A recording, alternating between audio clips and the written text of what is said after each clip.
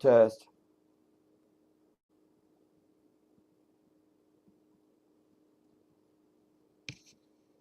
What the hell, dude? Test. Oh.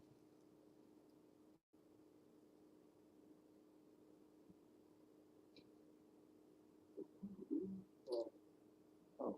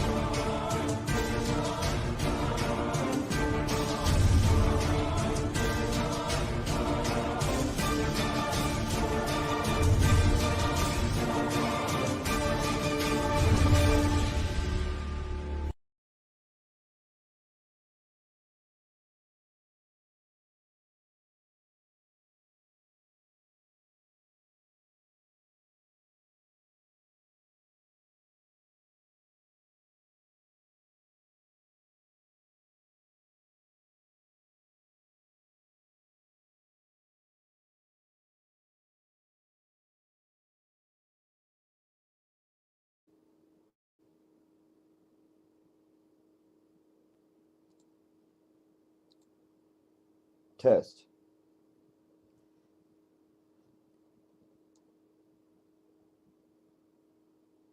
Test.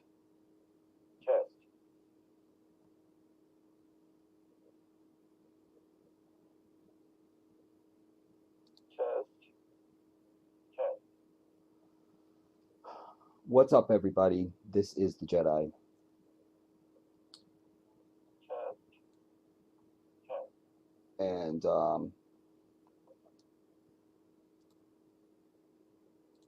what's up, everybody? This is the Jedi. I am not camera ready. And, wait. Oh, damn it. I am not camera ready. I had to fire wardrobe and hair and makeup. You just can't get good help these days. You can't do it. Um, I'm doing this because I didn't want to not speak on this now that it's happening now. But I also don't want to be on camera right now. So I'm like you pathetic people who can't come on camera. See, we're twins now. Look, see there, I did it. We're twins. I did it. Anyway, I want to approach this with a question mark because I'm hearing that Iran, the Islamic Republic of Iran, has launched missiles and drones at goddammit Israel. I pray this is true. I do.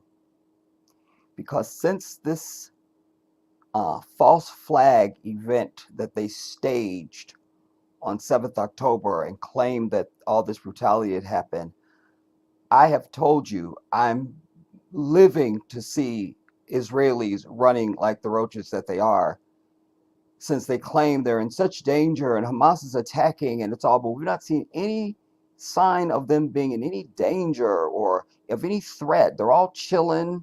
They're talking their shit from nice neighborhoods and restaurants and delis and shit. And we see no danger. And what I know for sure is, and certainly as time has marched on in my own life,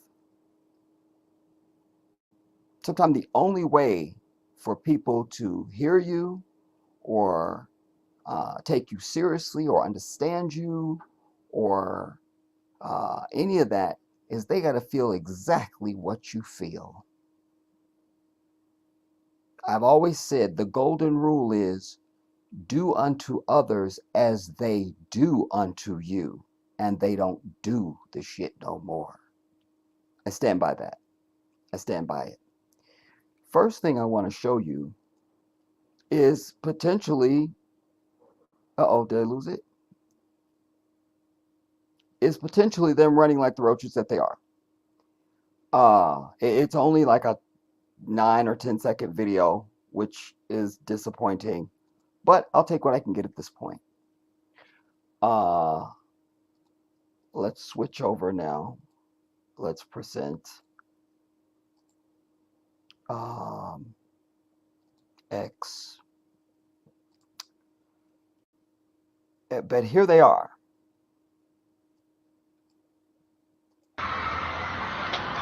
There they are, the roaches. There they are. Allegedly. Because that could be downtown LA, it could be Houston, it could be New York. I mean, you know, it says Israel's in full panic as Iranian missiles land in Israel. I don't know how true that is, that they've landed. There's this other piece. I guess it's this one. This one's only a 12-second video.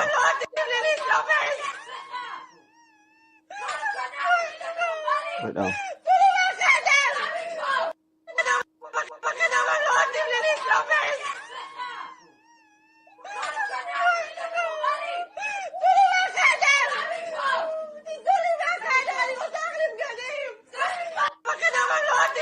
Now, okay, and then it's repeating. Now, what is supposed to have precipitated all of this is that Israel killed an Iranian ambassador in the last day or two or something, a high-ranking person, and Iran said, that's it, we will be striking on your ass. Be advised, we will be striking on your shit. And so,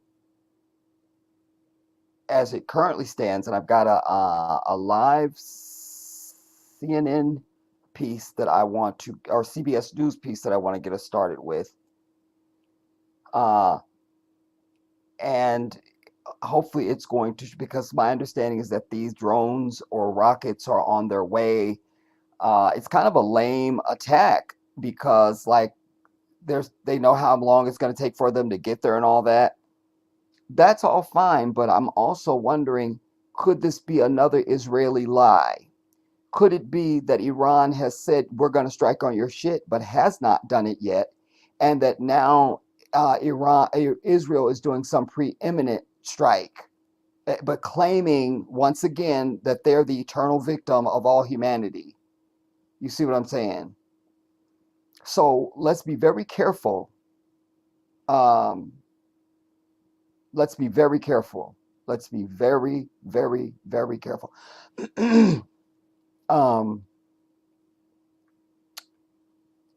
Let's see. Well, we'll see a little bit. Let me cue this.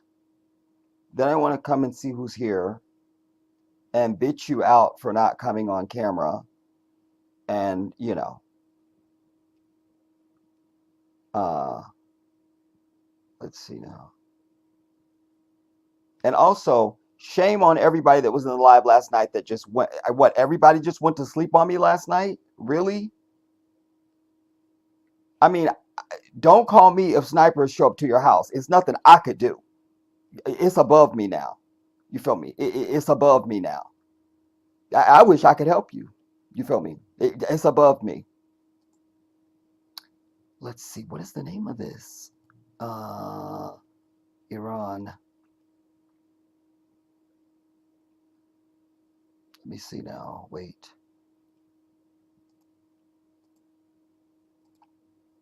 Iran.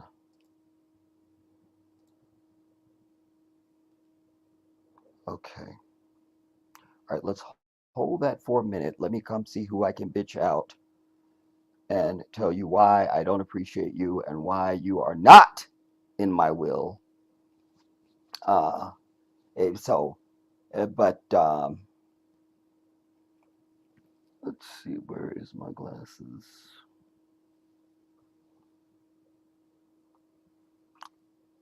All right, shout out to Andrea Smith. I hope you got my text. And when I went in, if for some reason I pulled up your contact, I don't know why it doesn't just show you everything that you have on the person. Like I'm mad about that. So the number I read to you when you sent me, I seen your Facebook response, and then when I went to go put that in, it was already in my phone, in your contact. I'm over it. So we good. Shout out to you, Queen. Uh, Cheryl Bryant, greetings to you, Queen. Righteous Indignation, so good to see you. Said just saw notification. Ran over to be with the fam this evening again. Alhamdulillah.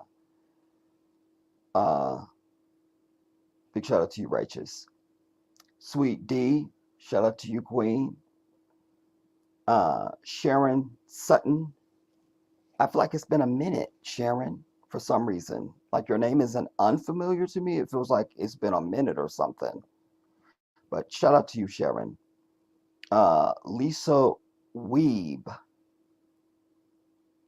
Uh, shout out to you. Um, Cheryl, you say Jedi, we can't see you. I know, but I haven't seen you in my life yet, Cheryl. How about that? How about that? And most of my people I haven't seen. Another shout out to Terrence, who had the civility and the humanity and the loyalty to come on to the stream. What was it, Monday or something like that? You know, I mean, you guys disappoint me so much, man. I have to start a new channel and get all new subscribers. I have to.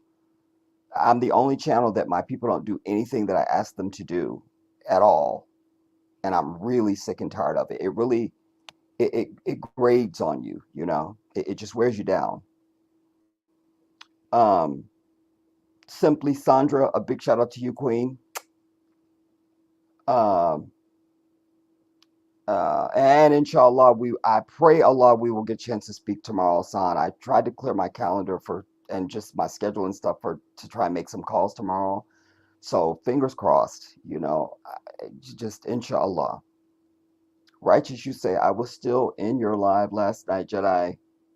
I had jumped in the shower and couldn't respond. Okay. Um, Robert, and I would definitely expect your ass to be on the damn live. Shout out to you, Robert. When you get a chance, Jedi, did you report? Did you report on the Philadelphia shooting at the masjid there? I didn't know about it. This is the first time understanding. Um, no, I didn't know anything about that. Wow, I'm really like I can't.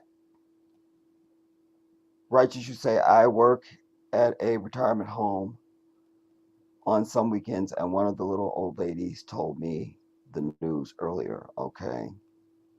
And many blessings to you, righteous, for that type of work. This is very pleasing to the divine. And I understand the blessing of that. And so I'm just, I have much reverence for you for that. Robert, or if this true, then all praise is due to Allah because I've been praying that the so-called Muslim nations rise up against that satanic state. Or yeah, and anybody, you feel me? Like, sadly, I don't live in the region. I can't get there. There's nothing I could do, but my heart is definitely there attacking their bitch ass. You understand?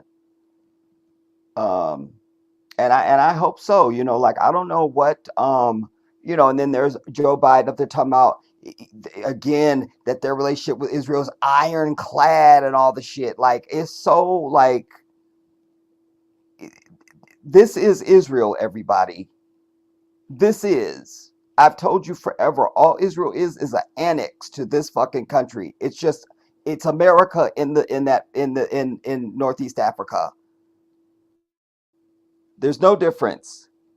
Same white devils. Don't be tricked that those big nose people over there speak fake ass Hebrew and try and have some little accents and all the stuff. It's the same white devil is here or anywhere else you see them. They got that pig skin. It is the white devil, and they are the same. They think the same. Their intentions are the same. Um, but appreciate you, Andrew. You said I did fall asleep. Appreciate your honesty, Queen. I love that. You know that. Y'all all know that. Just tell the damn truth. Whatever it is in life, just tell it. I always say that because that's how I live my life. Just tell it. Just tell it. Um, World Traveler, big shout out to you, Queen. You say, hi, everyone, catching another live. Yes. Um, okay, Andrea, I see you. You got a new phone. Yeah, okay, I see you trying to like dry brag on your new phone and everything. It's nothing. I see you. It's fine. It's nothing. San, Jedi, I'm sorry. I fell asleep. Thank you, San. I had a allergy attack, had been sick for 3 weeks. I had this attack 2 days after we moved to Central Florida. And not only that, Tucson, first of all, and I know that like, I know, I got you. Like, time wise and stuff like that. That's all fine. Um, and Righteous, you said there's a brilliant Muslim man on the YouTube channel Middle Nation. He talks truth all day on these demons. Okay, I'll have to check that out. Cheryl, Jedi, I am too nervous to get on camera. Again, Cheryl, if you follow me, anybody that follows me, you should take my example. I fear only the one that created me. That's it. Nervous for what? For what? For what? Yeah. It's a learned behavior, Cheryl. You got to be in command of who you are. Don't be influenced by outside forces. And that's just an outside force, that nervousness. It's an outside force. You feel me? Um, and we're all family here, so it shouldn't be nothing. You feel me? Even the one day that I was like, okay, for at least this one time, if you don't want to turn your camera on, fine, but you can still come on and just, audio. And still y'all asses couldn't get it together. Like, what do I got to do? Sharon, thank you for acknowledging me. I rarely comment, but I've been writing. Well, I appreciate that, Sharon. And anybody that watches, I want you to interact. I'm a very interactive um, live streamer. That's the only reason I live stream, because I went forever on my original channel. Forever. People were begging me, when are you going to do a live stream? And I'm like, when I learn how to do it. Like, you know. And then I only do it to present myself to my audience, because I think it's, you owe that to your audience, um at least every once and again. Like, I know channels that the whole channel, they're nowhere on camera. You will never see the person. And I just thought, I would never subscribe to you if I would never see you. That's like anti-intuitive to me. Like, that that's like subscribing to an online bank. They don't got no physical addresses, no building you can go and snatch a white bitch up and cuss her out, and you just like that. No, so that I can't. And so I present myself, for a live, and I want people to have their say. That's why I started doing this software sharing, because this software allows my people to come onto the stream with me. That's the only reason why I did this. It's worse for me when I try and show you clips and stuff, because my other software, I just hit a button and you're in, and I click to out to back to me, is much easier. This one is way more difficult, but I do it for you guys, and you don't give me any return at all. Do you understand? Lisa, I left the church 4 years ago. Allahu Akbar, Lisa. Now start your journey towards the truth. San, that's to Cheryl. Black Beauty, always a big shout out to you. Okay, now, let's see a little bit of this report, you guys, because this so we can understand what is happening right now. What is the state of everything? Oh no, wait, is this the wrong one? Oh, that's my own damn stream. Wait. Oh my God, it can't with me. Okay, this is the one. All right, Natalie, stay with us. Appreciate you joining us as we're continuing to monitor this situation from all different angles. I want to bring in now CBS News foreign correspondent Imtiaz Tayeb. He's there in Tel Aviv. Imtiaz, first of all, talk to us about what you're seeing, what you're hearing there now that we understand that that drones have been launched from Iran and are headed over to Israel. Yeah, hey, Ivana, good to be with you. Well, you're absolutely right. We have confirmation from the Israeli military that those drones have been launched. We understand that they are currently in Iraqi airspace, but we also understand that these drones could likely take up to 9 hours to even get anywhere near Israel. 9 hours. That's a very long time. So, see, that strikes me as odd, y'all. Like, if I'm striking on you, I don't need you to know exactly, have a time frame of when I'm striking on your shit. Like, it's just, that's what makes me, I just note for the record that I'm noting that is odd for me. the question then becomes is at what point does Israel, which has one of the most sophisticated aerial defense systems in the world, will intercept those drones? And if these are, well, they are the Iranian drones, but if they are the variety that we've seen Iran use in other arenas, and this notably when it comes to Russia, Russia purchases Iranian drones, which are called Shahid drones, and they use them in Ukraine. And Ukraine very successfully shoots those out of the sky. So one would imagine that that is something that Israel will be able to do. Whatever the case, we have, of course, been hearing from the Israeli military who say that they are monitoring the situation. We heard from, as you were saying, from Hagari, who was saying that not only is the aerial defense array system on high alert, but so too is the Israeli Air Force, the Israeli Navy, but more importantly, that they are also working in concert. Hey, Nixie, I see you. With the U.S. as well. So there's a lot of moving parts here right now. This is, of course, concerning, but again, that's what you call marching. Goddamn, like, I just must see that again. Wait. Do the question is what is Iran trying to achieve, and more importantly, is this all they're going to do, or is this the beginning of what they're going to do? And again, what they're going to do because of what? This is in retaliation. Terry, who say that they are monitoring the situation.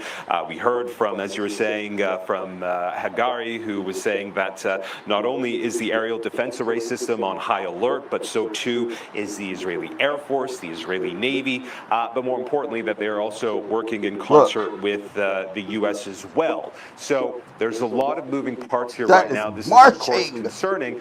But again, when we look at the timeline of how long these drones could potentially reach Israeli airspace, if they ever do, the question is what is Iran trying to achieve? And more importantly, Is this all they're going to do, or is this the beginning of what they're going to do? And again, what they're going to do because of what? This is in retaliation for that strike in Damascus at the Iranian embassy there, in which 12 people were killed, including a senior military commander from Iran. Since then, Iran has been vowing that it would avenge that attack, and now it's started. But again, we have many, many more questions than answers. But all we can say, or what we do know for sure, is that this has begun. Imtiaz, as we have heard that so many of the different principal actors in this want to bring down the temperature on the situation. And given that you mentioned that Israeli Defense Forces are positioned through the Iron Dome there to potentially take down all of these drones before they ever make it to make a strike in Israel. Will that be sufficient? Do we have any sense of how much retribution Iran feels like they need in order to, at a minimum, save face following the killing of those military leaders? Yeah, you bring up a really fascinating point, Lana, which is, that's really what this is about. Iran feeling like it has to respond and it has to show this show of force. That is what's kind of... Yeah, somebody has to, because, first of all, I don't think they needed to wait until one of their high-ranking people got killed. But, like, I still don't understand why, just like we always put our laundry out on the street for everybody and their mother. I think one of the things that's a closely guarded secret with Arabs is that they're tribal and they don't really stick together. But then I can't really say it's because there's a whole history of Arab countries when Israel was first trying to set up its illegal heisted ass land. There were many wars that the Arab nations fought and struck on their ass, I don't know, man. I don't know. Fueling this. And so, when you talk about there are obviously other actors involved, the U.S. a very key player in this, calling for restraint. We understand that over the past several days that the U.S. has been communicating with Iran through... And I don't need it to just be some military target if stuff does get there. Like I need fucking these big-nosed Zionist racists running through the streets for their life like we've seen the Palestinians have to do. You understand? I need to see that. And indeed, the Palestinians need to see that. Through the Swiss embassy inside Tehran. Switzerland has an embassy in Tehran. And so the U.S. sends messages to the Swiss embassy, which then goes to the Iranian leadership, who then communicate again through the Swiss embassy back to the U.S. And we know that there has been a lot of this communication been going. I see you, Righteous, you say waiting for so-called Israel to declare peace in the Middle East and set up the abomination of desolation. We are really living in this time.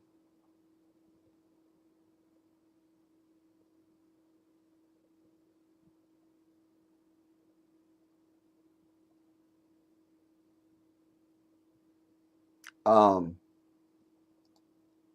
and what we understand from that communication is that both the Iranians and the U.S. have said that they do not want a major escalation, that they do not want to trigger a wider war across the Middle East, which many people say would be catastrophic. In saying that, as you so rightly point out, Iran feels a lot of pressure to do something. The question is will they do something beyond what we're seeing now, which is the launch of these drones from its airspace, now traveling here to Israel. Again, it's going to take 9 hours for those drones to get here, if they ever do.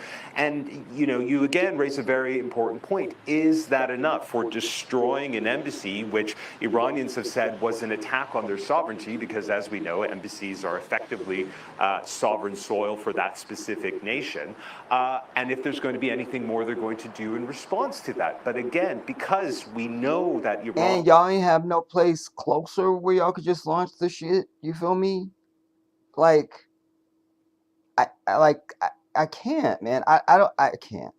Has been saying that it doesn't want to see a wider escalation, and yet its proxies are very active in the region. It's really hard to see just where this goes beyond this point. That said, it is still very alarming. The idea that Iran could potentially target inside Israel. This is one state attacking another state.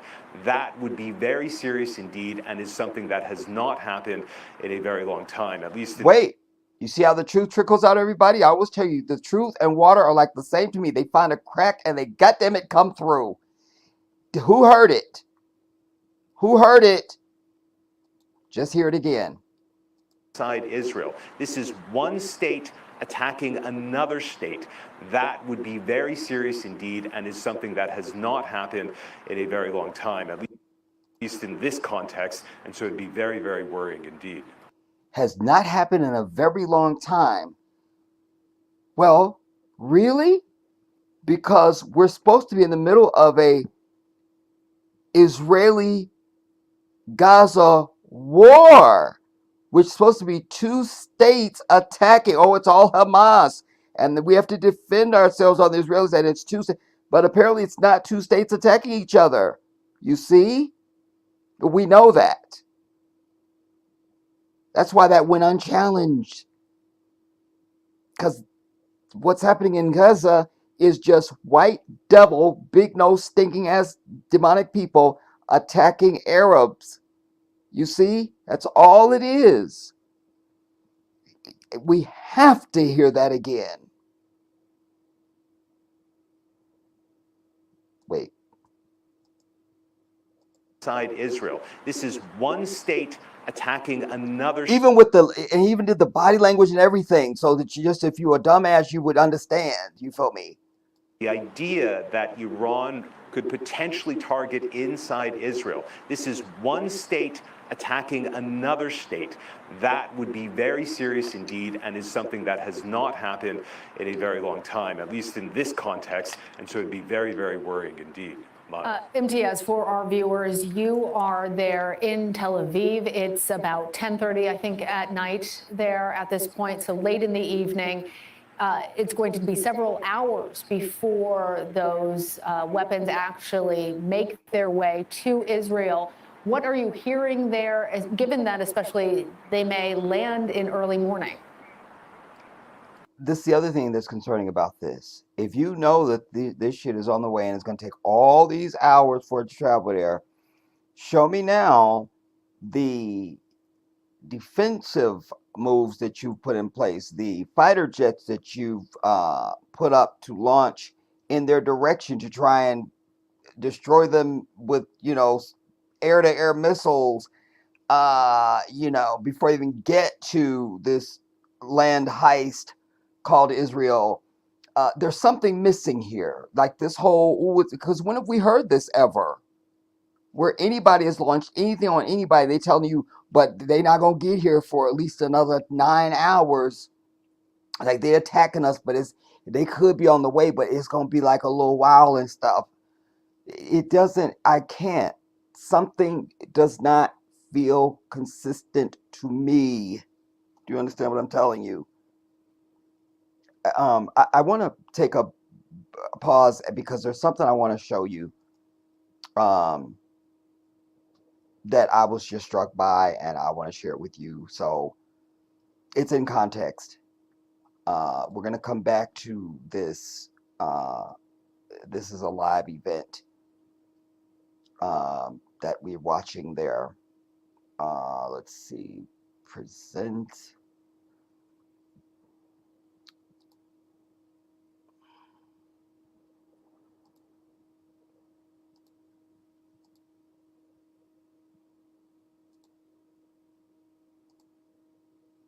I love this because of what will be obvious. Hear this now.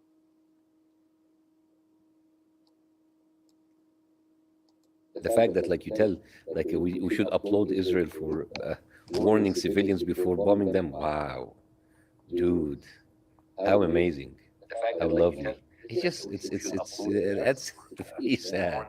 I don't know. Oh, It's wait, funny and y'all. sad in the same time.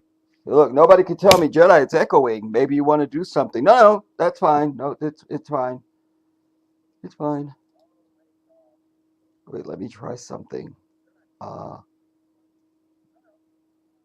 let's see, audio.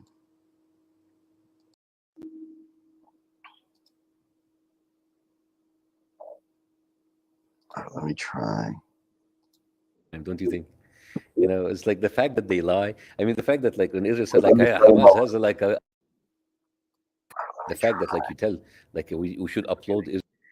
The fact that like you tell like we should upload Israel for warning civilians before bombing them. Wow, dude, how amazing, how lovely. That's really sad. I don't know. It's funny and sad in the same time. Don't you think? It's like the fact that they lie. I mean, the fact that like when Israel said like, hey, Hamas has a base, military base under the hospital. Do you have any proof? Here's a CGI video. What? That's what we have, and you have to believe it. But if you don't believe it, you're anti-Semitic. Ooh, you're anti-Semite. Do you get accused of that? Of course, Of anti-Semitism? Oh, yeah. I'm an anti-Semitic. Yeah. It's funny because in Egypt I was accused of being a secret Jew and a Mossad agent, and now I come to America to be accused of being anti-Semitic. And how do you deal with that? What do you say? You laugh? Like or- this. Ooh, Yeah. I'm so afraid now. It doesn't mean anything. This accusation of anti-Semitic, it's an empty accusation. It doesn't mean anything now. But it's one of the worst accusations No, why? somebody can make, isn't it? Why is it? You know, being accused of being a racist or an anti-Semite. You understand that I'm a Semite myself, right? Yeah, Yeah, so it doesn't make any sense. You understand this? of course. In that And you respect, understand yeah, like the fact that you say anybody is anti-Semite doesn't mean anything, because they call other Jewish people anti-Semites, right? Or self-hating Jews. Sorry, they changed the narrative. Yeah. Oh, you're self-hating Jews, right? It doesn't matter. It doesn't matter. So, so do you think the power of that accusation is ebbing away? Yeah. People don't care anymore. People are making fun of this accusation because basically Israel is saying we'll do whatever we want, and because we are Semites, and if you speak about anything October 7th, and you're anti-Semite.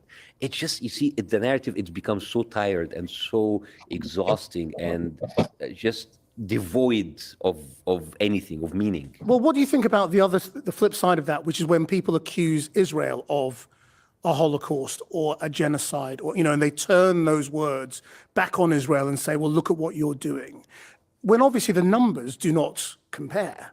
So, and when you talk about genocide, well, you think about Rwanda or Cambodia or the Second World War, or millions of people dying. Do you think that's an appropriate accusation to level at absolutely. Israel We now? have to wait until a million Palestinians are killed, then we That's can what I call that mean. genocide. So- of course, yeah. What happens is that it's not genocide. It's just like light tickling. So at what point does something remember become the genocide? enhanced interrogation, the waterboarding? It's not torture. It's enhanced interrogation. It's too much killing. How about that? It's just, that's why I don't even engage about all of it, because it's just words. Genocide, not genocide, genocide. And as me and you wasting time deciding if it's genocide or not, already 10 people were shot as we speak. Yeah. Where is the proportionate response? How can Israel do? Is Israel, as we are discussing these arguments, right? 15 people are killed. Like, does Israel have the right to exist? What should they do? As we're discussing these 50 people were killed. It doesn't matter. All of these conversation about the media is just sickening, because it just gave Israel more time to do whatever they do on a daily basis, which is increased killing. So whatever definitions we're discussing, defending, whatever, self-defense, war, terrorism, it doesn't matter. It doesn't matter. The whole system seems to be designed for Israel just doing whatever they want, and on their spare time, they come in and they piss you off with these discussions. I love that, because wait, Sean, so we're gonna audio. Just stay with your boy. You feel me, Jeff? I love that, because wait, Sean, so we're gonna audio. Stay with your boy. You feel me, Jeff? Because it has made me sick. Even when they had the international court in South Africa, when they were finally gonna sort of call this, seeing if Israel is guilty of genocide. Excuse me. Like, I don't care what you call it. Like, I'm dying. And I love how he said, while we're having this discussion, this many more people died. Then this many more people, like, you know what I mean? Like, you don't really care what anybody's calling it. Like, I'm dying over here. Like, you know, like, I can't. Wait, I need to check the audio, y'all. I can't hear. Wait, what's going on? Audio. You know what I mean? Like, you don't really care what anybody's calling it. Like, I'm dying over here. Like, you know, like, I can't. Wait, I need to check the audio, y'all. I can't hear. Wait, what's going on? Audio. You know what I mean? Like, you don't really care what anybody's calling it. Like, I'm dying over here. Like, you know, like, I can't. Wait, I need to check the audio, y'all. I can't hear. Wait, what's going on? Audio. You know what I mean? Like, you don't really care what anybody's calling it. Like, I'm dying over here. Like, I see you, Lisa. You say, as a U.S. veteran, an Army vet, I saw this coming. I'm a U.S. Army veteran. You know, yeah, man. Everybody should be just attacking their ass. You know, like, you can't just stand by and watch people dying, dude. You know, yeah, man. Everybody should be just attacking their ass. You know, like, you can't just stand by and watch people dying, dude. All right, it sounds good on my device. Hopefully you guys are getting the right audio experience. If you're having any audio issues, everybody let me know. Robert, you say no disrespect to the brother, but Farrakhan said that first. What? Yeah, the mood is Said really what, Robert? interesting. You know, we obviously have been here all day, and you sort of walk around Tel Aviv, and things seem pretty normal. People were out and about. People were going to restaurants, at the beach, going up about the day. It's the day off today. It was Shabbat for the daytime hours. So, you know, it was relatively quiet to begin Well, with. we don't really give a But I fuck would about their say Shabbat that, because we just had Ramadan and they were disrespectful through that. And then they were killing people during the Eid prayers for Eid al-Fitr. So fuck these people and their Shabbat and whatever else the fuck they got going on. Like, nobody things cares. have changed very quickly this I don't. evening. We had an announcement from the Israeli government saying that they were basically canceling school tomorrow, that people were not supposed to gather in very large Well, too bad, because the Palestinians have had to cancel their entire lives for the last 6 months. So don't really care about your school, just not really caring. And that sort Wait, of let me see if I care. Let me just check. Nope, I still don't care. Wait, let me just do a really thorough check. Nope, I still don't care. started trickling out more and more. And then we heard that Israel's security cabinet was joining. And now, of course, we have the announcement that these drones have been launched from Iran. So it will be interesting to see, just sort of in the next day or so, or in the next hours or so, to see what happens and how people are going to react. But the reality is that people have been told, be prepared. Something is potentially happening, and that is why those rulings, if you will, or those requests for people to, again, as we say, don't send your kids to school, don't gather in very large groups, were put out. And it's hoped that people will follow those rules. But we have to understand that for 6 months now, since October 7th, Israel has been on, for lack of a better phrase, war footing. This is a country which is in the grips of a conflict, which is dealing with what many people here say. And Robert, don't say that he said it first, because remember, they keep him away from the masses in the mainstream media, so people wouldn't hear that. Maybe he's the first person you heard say that. You feel what you understand the context of what I'm saying? Like, yeah, that makes sense, right? is a national trauma, which they are still living because of the hostages still inside Gaza. And of course, the fact that there's still fighting going on in Gaza. And as we know, inside Gaza, the situation there, the humanitarian situation there is pretty catastrophic as well. And so, yes, I think the idea that Iran would try to launch some sort of attack on Israel is definitely alarming to people.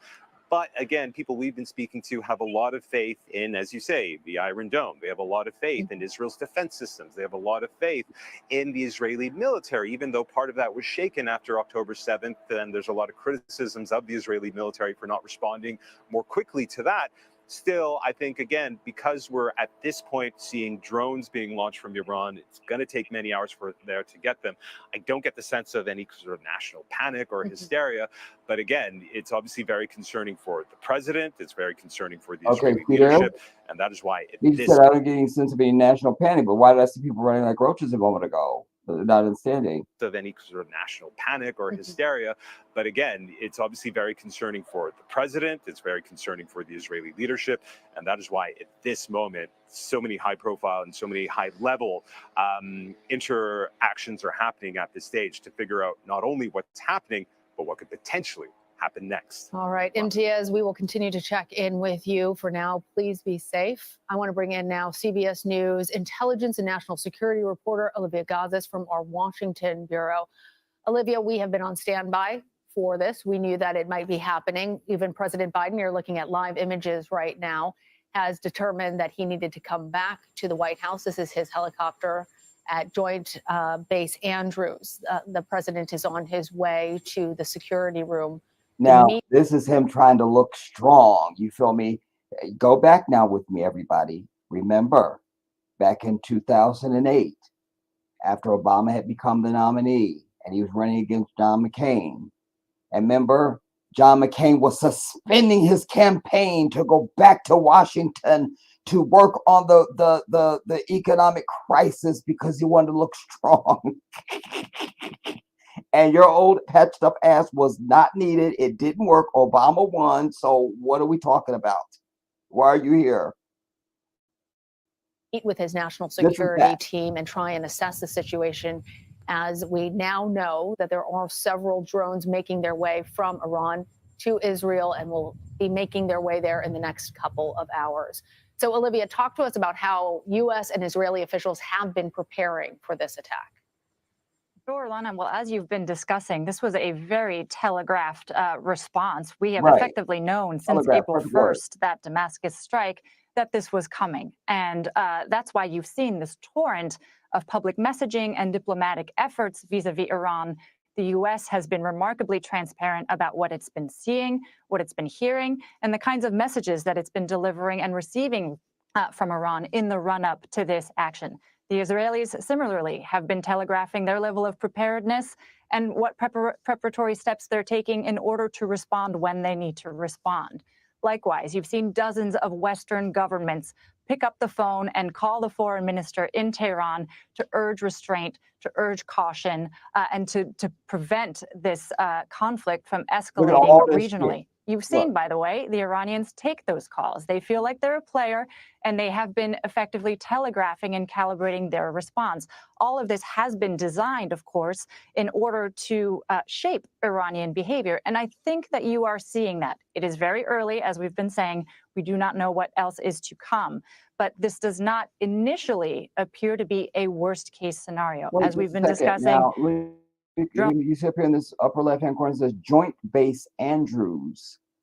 I have been on Andrews Air Force Base a gazillion times because when I worked for Xerox, Andrews Air Force Base was part of my territory. So we had Xerox machines all over that damn base. Also, we had Xerox machines on Air Force One. Obviously, I didn't have that clearance, so I was never on Air Force One. But why are they calling it Joint Base Andrews now? I mean, drones have a very long lead time. They are easy to intercept. Israel and the U.S. have excellent air defenses, and they are very much prepared for and anticipating an attack of this sort.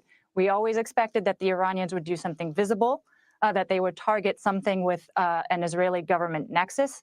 We do not know yet what the targets are. And I'm not sure that we know that these drones are coming from inside Iran. I am waiting for confirmation on that detail, because as we know, Iran had a spectrum of potential. Right, you heard what she said. And I just said a moment ago, like, they don't got something that's closer. We got to wait all these hours for it to come. I mean, it just doesn't sit right with me.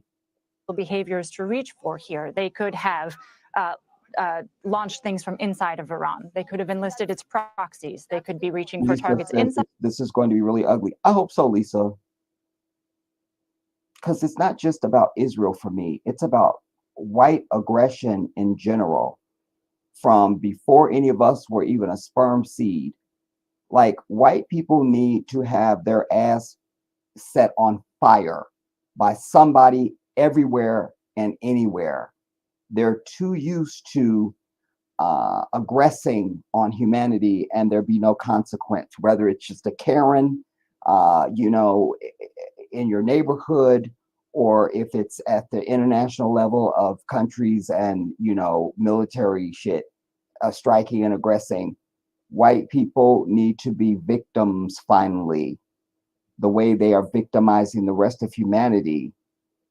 Like I said earlier, do unto others as they do unto you, and they don't do the shit no more. And sometimes the only way that people learn is they got to feel the same shit done to them that you, or yeah, that they did to somebody else, you know? So I want it, because it doesn't get any uglier than the 30,000+ people that have been murdered off in Gaza. So anything that's not that ugly for their white ass is just not gonna satisfy me. Inside Israel, they could be reaching for targets outside of Israel in the region. They could be targeting things that are designed to incur casualties or not. Right now, and again, early stages, it appears to be at the lower end of the escalatory spectrum. We have to see if this is followed or accompanied by ballistic or cruise missiles, which we know from our Pentagon team, Iran was also preparing. And I thought I would say, Olivia, if you will, on that question that you raised, according to the IDF, the drones that were launched came from within Iran's own territory. But as you mentioned, this may not be the end of action. There may be additional action that could come from proxies. We certainly know that Iran has supported many other groups, including Hamas, operating inside of Gaza. But as you're talking about Iran actually heeding some of these messages that are coming from the United States, and given that there are no direct diplomatic ties between the two, what is the potential that something could go wrong, given how highly sensitive all of this is at this very moment?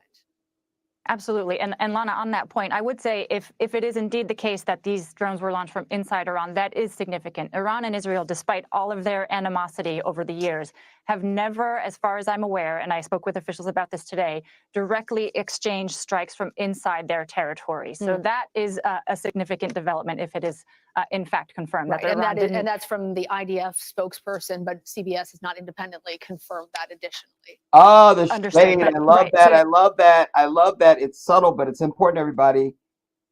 This bitch in the maroon just said, gave a statistic, and the bitch at the desk at CBS said, that's an IDF detail, basically. We've not independently confirmed that. Basically acknowledging they lie like all they do is lie.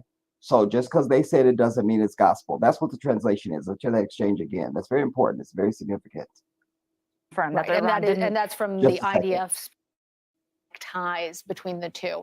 What is the potential that something could go wrong, given how highly sensitive all of this is at this very moment? Absolutely. And Lana, on that point, I would say if it is indeed the case that these drones were launched from inside Iran, that is significant. Iran and Israel, despite all of their animosity. Oh, wait, Lisa, not Righteous is also a veteran. So Lisa and Righteous. Wait, yeah.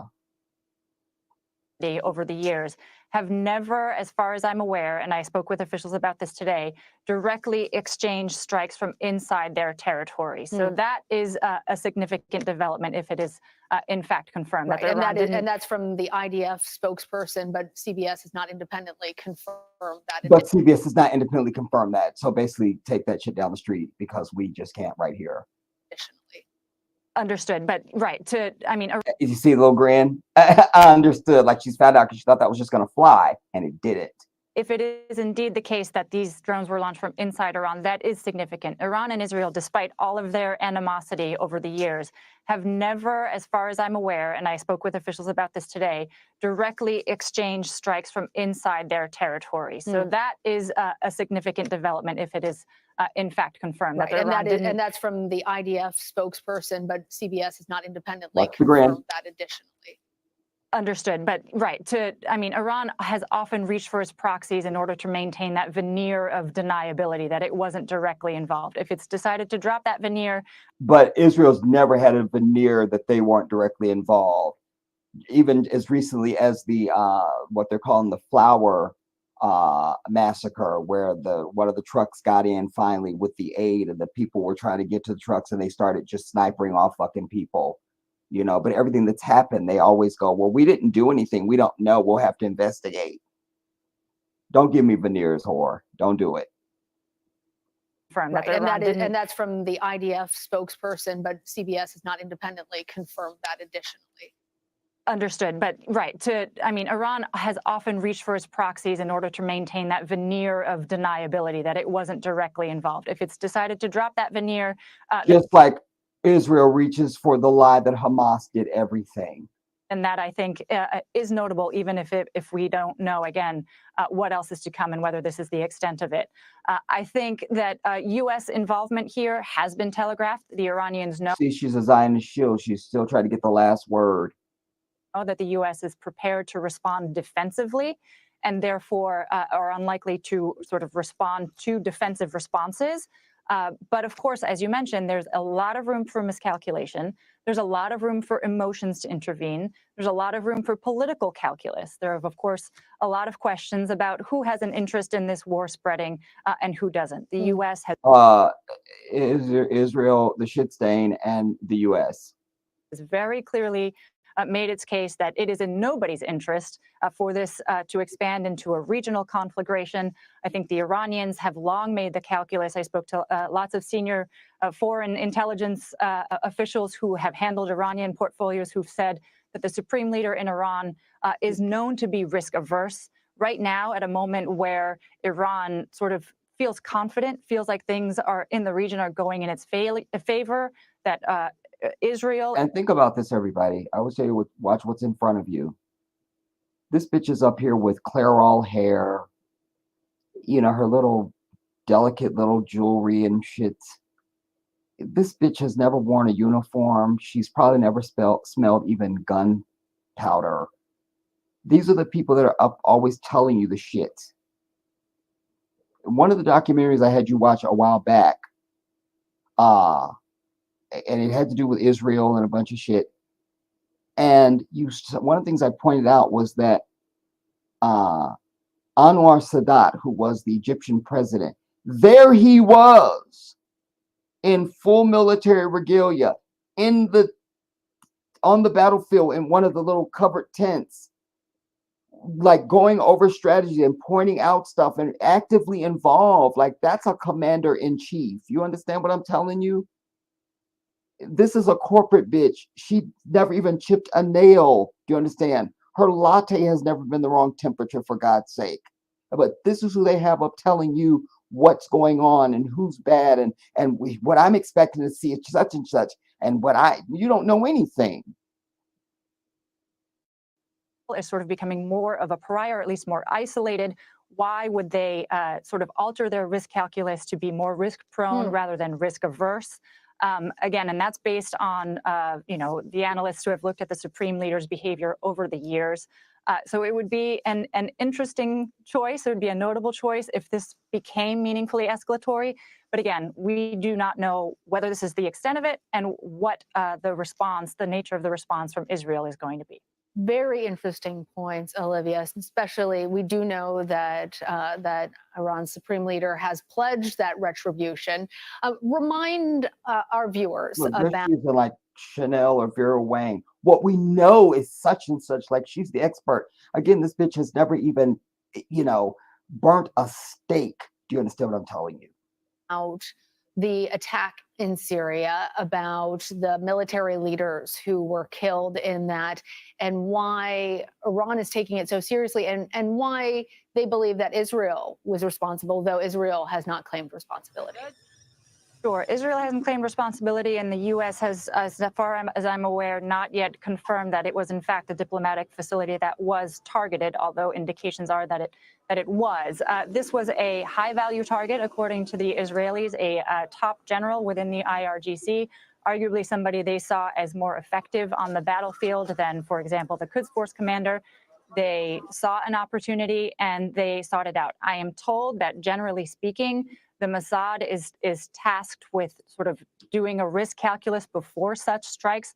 You have a window of several hours before you have to go in order to determine what the response might be. And its intelligence services would have said, okay, we think that this is worth taking a shot. The value of removing this person from the battlefield is going to exceed what we expect Iran will do in response. That's based on conversations with intelligence officials who understand how this process works, not based on anything specific about this situation.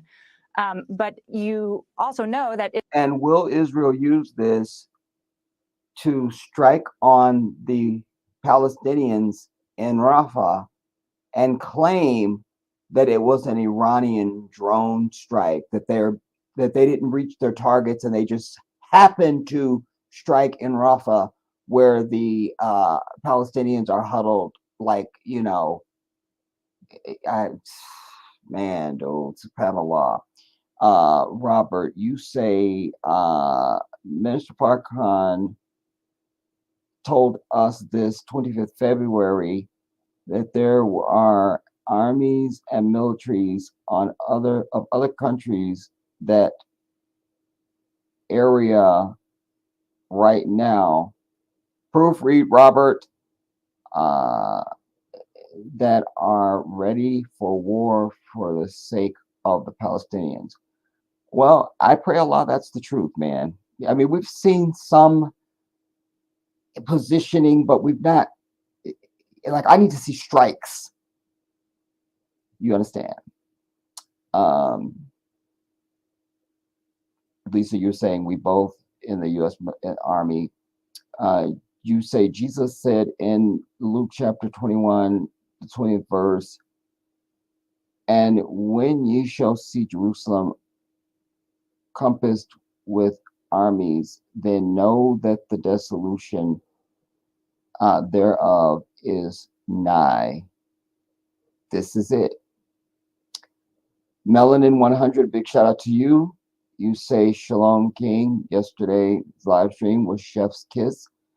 The bit about your friend missing his flight, then his heavy luggage and taking, and that barking dog took me out. Thank you for sharing and making me laugh. Alhamdulillah, making us laugh. Israel wants Iran to think that nobody who has its interests or who works against its interests. And we're not going to see all of this, everybody, just a few more minutes of it, because, it's a developing story. And I just wanted to launch with this. Is safe anywhere. There are questions about whether the timing of this attack was particularly prudent. The U.S., of course, has said that it had no heads up that it was going to happen. I am not aware whether the Israelis have, in the aftermath, sort of offered justification or their internal risk calculus for taking the strike. But the fact is that it has set in motion these kinds of unpredictable tit for tats. And we'll see whether that escalatory ladder goes up or down from this point. And Olivia, appreciate all of the information and the context that you're giving our viewers in this moment. I will say I was just handed a piece of paper that says that CBS News can confirm through a U.S. official that the drones were launched from within Iranian territory, which, as you point out and help us to understand, is a very big difference in how Iran has previously. Why are U.S. officials confirming that? Why isn't Israel confirming that, since they're supposed to be the ones that they're meant for? Again, it's very suspicious. Interacted with Israel. I know you're going to continue working the phones and speaking with your sources, and we will check back in with you. Olivia, thank you. I want to bring in now CBS News national security contributor Sam Vinograd. She is the former acting assistant secretary for counterterrorism. So, Sam, we were talking just yesterday about the heightened alert, that these warnings were coming out. Now it seems that we at least have some measure of how Iran is responding in their retaliatory action. The idea that there will be additional waves. Valuable reporting. Thank you. I'm going to bring in now, I'm going to bring in now Robert Berger. He is in Jerusalem, a CBS News contributor for us. Robert, talk to us about what you're hearing there. You're on the ground, and what you make of what we have learned so far, not only about this first round of attacks, but as our Margaret Brennan was reporting, the idea that there will be additional waves. There are, as far as we know already, according to what we're hearing on Israeli media, another wave and maybe a third wave. And about 100 drones are headed in this direction. Now, it's not going to be immediate. According to the Army spokesman, these drones, they're slow and they may take up to 8 hours to get here. But still, they're preparing for the possibility that some of these will get through the defenses. The defenses include a missile defense on the ground, the various anti-missile systems. There are also warplanes in the air. And, you know, Netanyahu did say that this is both defensive and offensive. And there are reports that Israel is carrying out strikes in Syria and also in Lebanon. And of course, the big question is whether Israel will retaliate inside Iran itself. And Robert, talk to us about the assets that the U.S. has on the ground there. The United States has, and by there, sorry, let me just clarify. By there, I mean in the region. Right. All right. In the region, we have warships. Let's stop for a moment and hear the diaper.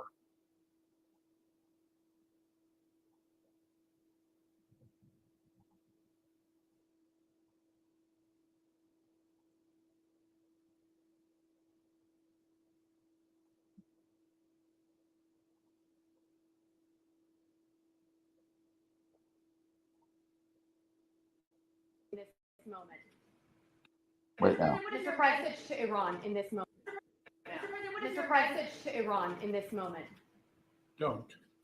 Are American personnel Look, and assets at risk, Mr. look, President? you're trying to be dramatic. Mr. President, What's your message to Iran in this moment? Don't. And then turn and like he's just like, gee, you feel me? But you move like a mummy, so your exit ain't really like as fly as you would want it to be. You feel me? Mr. President, Look. to Iran in this moment. Don't. Are American personnel and assets at risk, Mr. President? You see the full turn, like his neck does not turn. He can't turn it. We have to turn the entire body. I can't, dude. Mr. President, to Iran in Look. this moment. Don't. Are American personnel and assets at risk, Mr. President? Mr. President, are American troops at risk as well? He turns like Frankenstein. Mr. President, to Iran in this moment. Don't. Are American personnel and assets at risk, Mr. President? Mr. President, are American troops at risk as well? We are devoted to the defense of Israel. We will support Israel. We will help defend Israel, and Iran will not succeed. Thank you very much. So all your talk about ceasefires and we're fed up with Israel was all just bullshit. We'll defend Israel no matter what, even if we have to kill our entire population here. It's all about Israel. Quick, let me go lick BB's boots because they might be dusty. A direct U.S. response, Look, y'all. I mean, Frankenstein, dude. But to that point, let me show you something else, everybody, that I thought was very interesting. You know, like we know this already, but to see it be given. Look at this report here. Oops. But come on, man. A daily reminder that these are the people that actually decide. Wait. A daily reminder that these are the people that actually decide basically everything on behalf of the entire country, where our money gets spent, how much we pay in taxes, whether or not TikTok gets banned. A daily reminder that these are the people that actually decide basically everything on behalf of the entire country, where our money gets spent, how much we pay in taxes, whether or not TikTok gets banned, what's considered freedom, what's not. These people probably don't even know how to attach a PDF file to an email. These people probably don't even know how to connect their phone to the Wi-Fi. These people haven't worked a real fucking job in probably 30 years. And also keep in mind that once you get voted into one of these political positions, you get paid at minimum like $200,000 for the rest of your life. So they can just sit in Congress, do absolutely nothing, and just age gracefully, in quotation marks. The worst part about elderly people being in political power is that they're not even going to have to live through the decisions that they are making on behalf of everyone else. They'll be gone by the time actual real consequences come from their actions that they're deciding on right now. It just makes me sick. And if you look down there, I don't see a single person that looks like they are even at the age of 40. Every single one of these people is 60 plus, and there's a reason for that. I love that. Like everybody is 90. Do you understand what I'm telling you? I mean,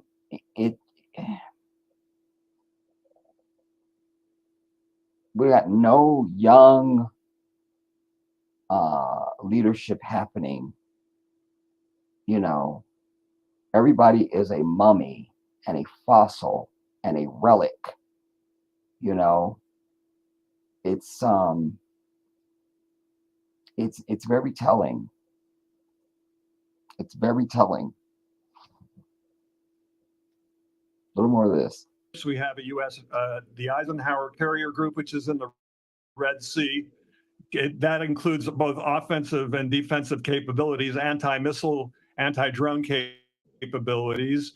There are a couple of destroyers here in the Eastern Mediterranean near Israel.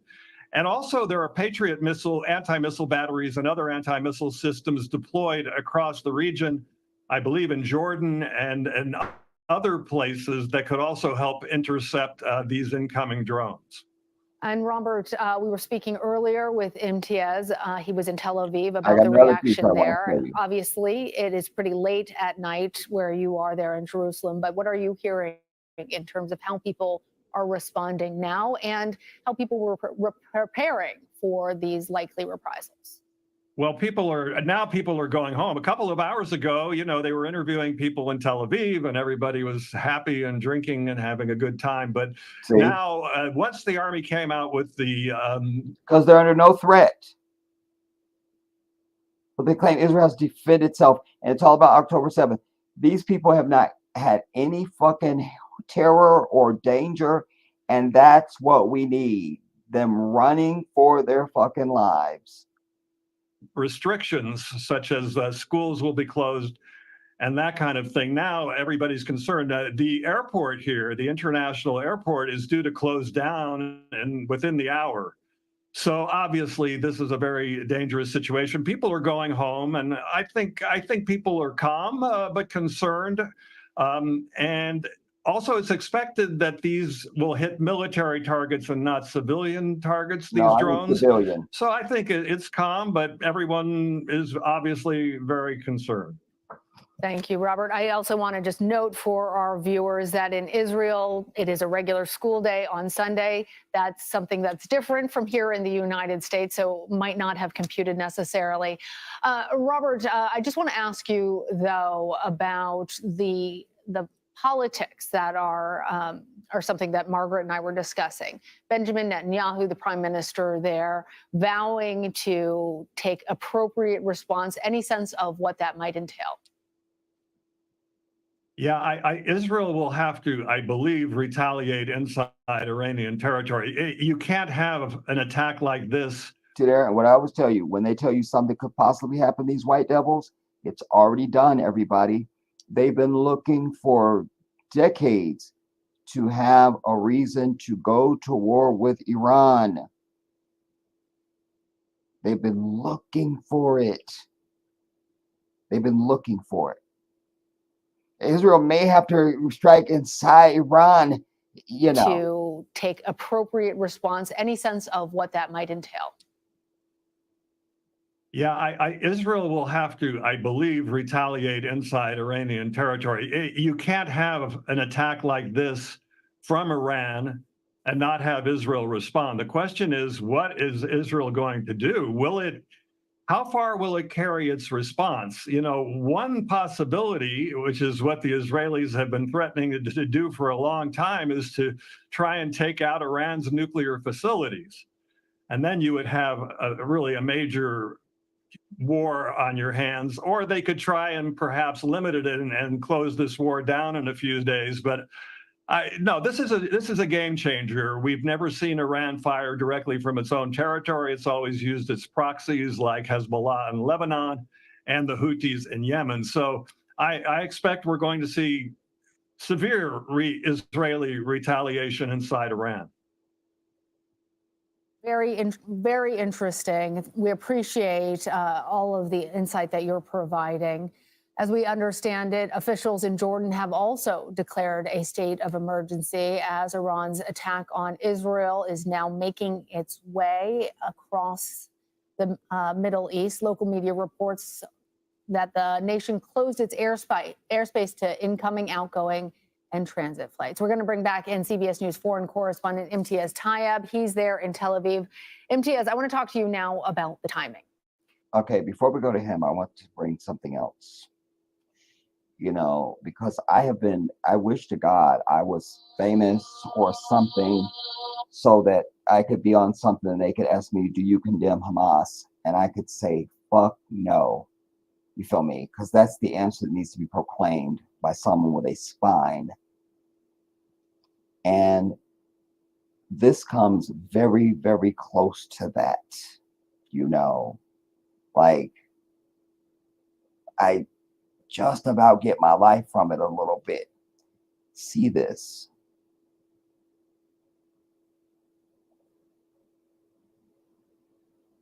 And I will say, absolutely 100%, without reservation, I support the right of self-defense without any doubt. I would be involved myself in violent resistance if I were a citizen of Palestine or Iraq or Afghanistan. Wait, before that goes on, let me see. Lisa, you say I have autistic sons.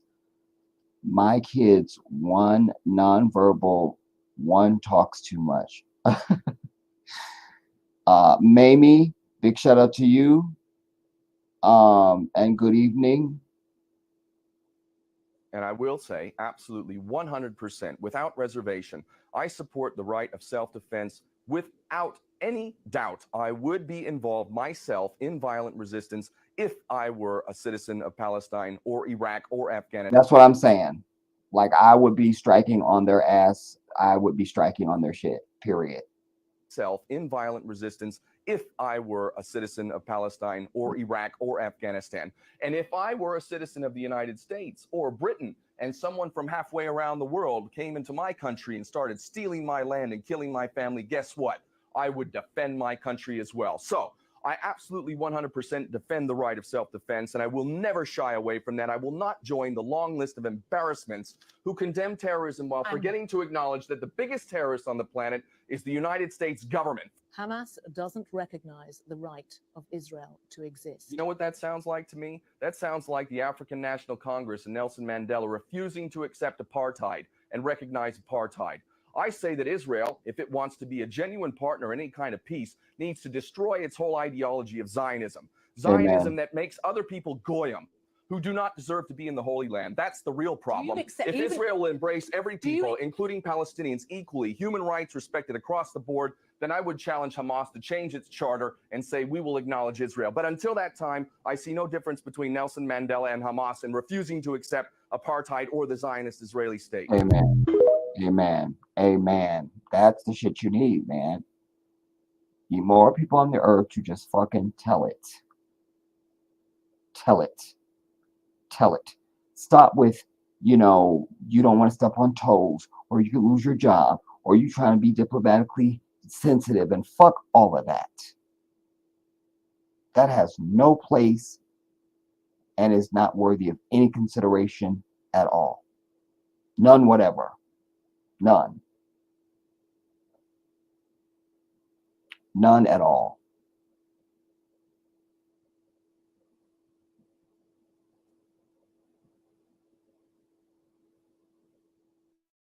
Shabbat just ended there in Israel. Passover begins on Monday.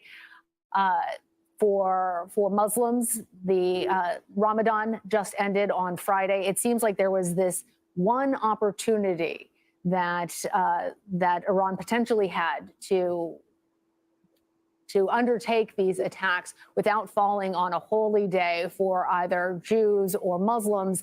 Is that something that potentially was at play? Look, things are tense here at the best of times, right? There, Right. As well as sort of being, this complicated region with all of these actors and players. We have this war going on in Gaza. There's obviously all of these other considerations. This is the Holy Land, for lack of a better phrase. But I think when it comes to Iran, when it comes to this decision that was made to launch these drones and potentially even more than that, in fact, we've been monitoring Iranian state media, and the language they're using is quite interesting. They didn't just say or confirm that drones were launched, they also used the word missiles as well. Now, what that means, we don't know. We don't have any reports that missiles have been launched from Iran.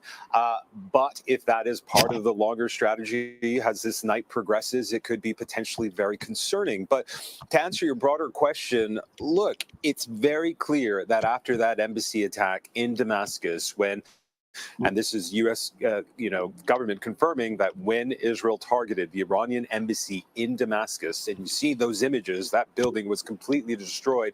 A number of people were killed, including a very senior Iranian military commander, that Iran felt it needed to respond in a considerable way. And of course, they said so. They said, we will respond. This was a violation.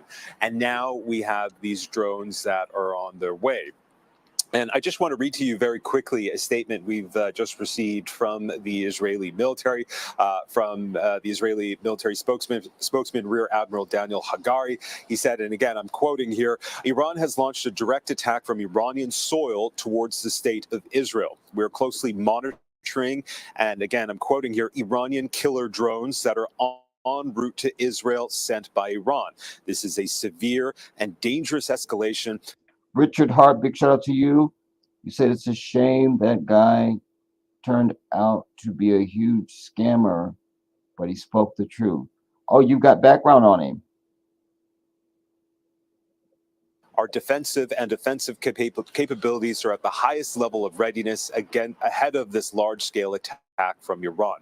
That coming from Israel's main military spokesperson, describing it as a large-scale attack. But again, as we've been saying, Lana, these drones, as far as we know, will take quite a while to get here, at least 9 hours to travel all the way from Iran to Israel.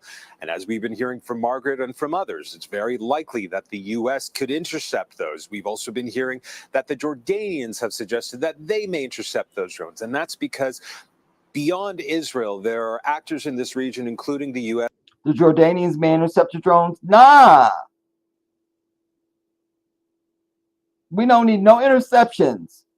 And we don't need military targets. We need them just to strike the fuck out of Israel indiscriminately, like they've been doing for Gaza.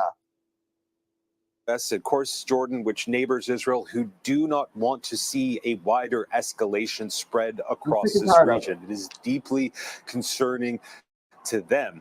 But the reality is for the first time, Iran has overtly carried out a strike towards Israel.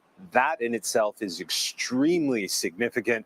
And as we've been hearing, Israel will feel compelled to respond, whether or not these drones even make it here. Look, he's out there in Tel Aviv. No flak jacket on, no Kevlar vest, no helmet, no need.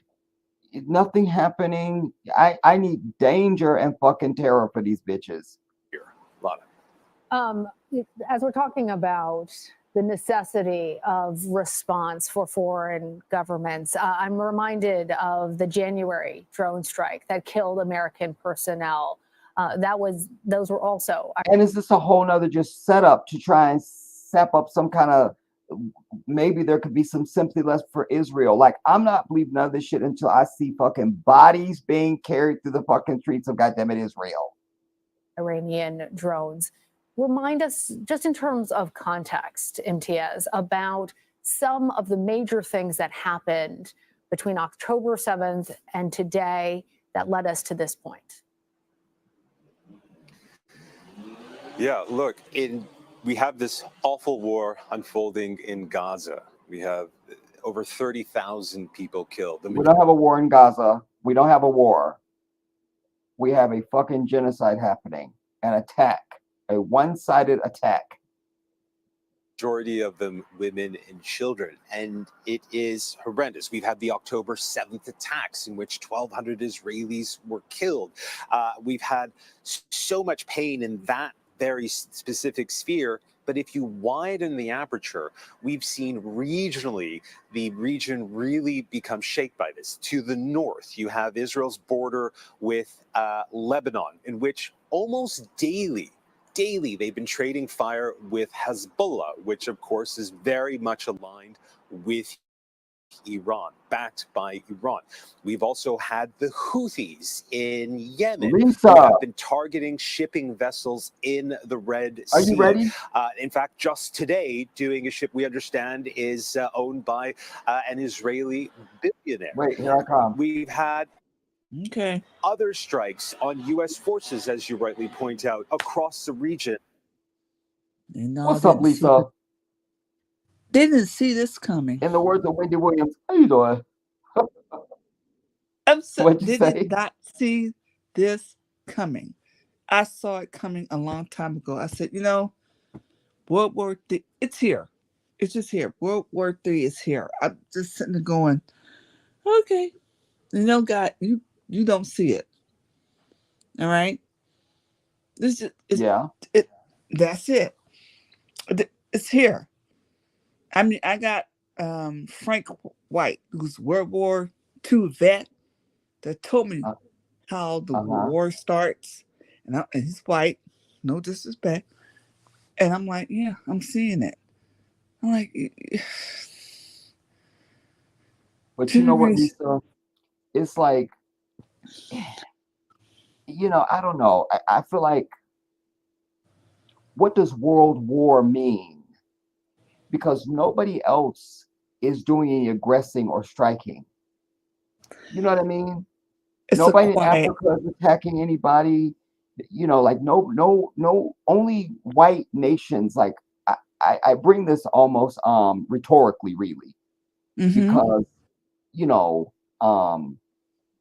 World War. Like I said a moment ago, like they've been giving us this thing with that there's a war in Gaza. There isn't. And by the way, when's the last time we heard any report of showing any strike inside of Israel by Hamas? You know. Well, this morning I they just did offered something. that rhetorically. Go ahead. I'm sorry. They did something this morning. I don't care. I mean, you know, no offense. I'm gonna show my age. I'm 56 years old. I'm older than you, girl. But you know, you see stuff in the military. You go, okay, all right. God loves you. God loves me. Bye. Okay, that's it. Like I said, I've been churching 4 years. I'm like, no, I don't want this no more. Okay. But the thing is, you see stuff and it's like, why is everything getting so stupid? I'm sorry, it's getting stupid right now. I mean, my kids who are autistic realize our world is getting stupid. I'm like, that's not a good sign. When you got one that talks a lot, and the other one doesn't talk too much, but they can look and go, Mommy, no, got you on that front, okay? It's just, the world is going crazy. I don't know what to tell you. It's just going crazy. It really is. And America is going crazy, Lisa. no, not America. London is going. Britain's going crazy. Okay. And Mexico is going real crazy because they're bringing all the criminals up here. Okay. To our border, because I live in Stockton. I'm like, please don't run up to me. I don't want to deal with you today. I just don't want to. Okay. I still got that. I'm a woman, but my military pops off a little bit. I mean, how long were you in the military? Let's see. I got in 1985. Mm-hmm. I left 2000. I want to say 2006. Yeah. Okay. Yeah. So I've been there for a while. I didn't get my 30 years, but that's okay. I don't. Because my brother was in the Army as well. Mm-hmm. He's What not was the this? next What was sibling, this? but What's the MOS? give me that acronym. MOS. What? Okay. My MOS was. What is that? Oh, that's what they put you. They put you in that spot. What does MOS mean? I don't remember. It's so long ago. Maybe I was 56 years old. That's what that. Okay, I was O2 Juliet.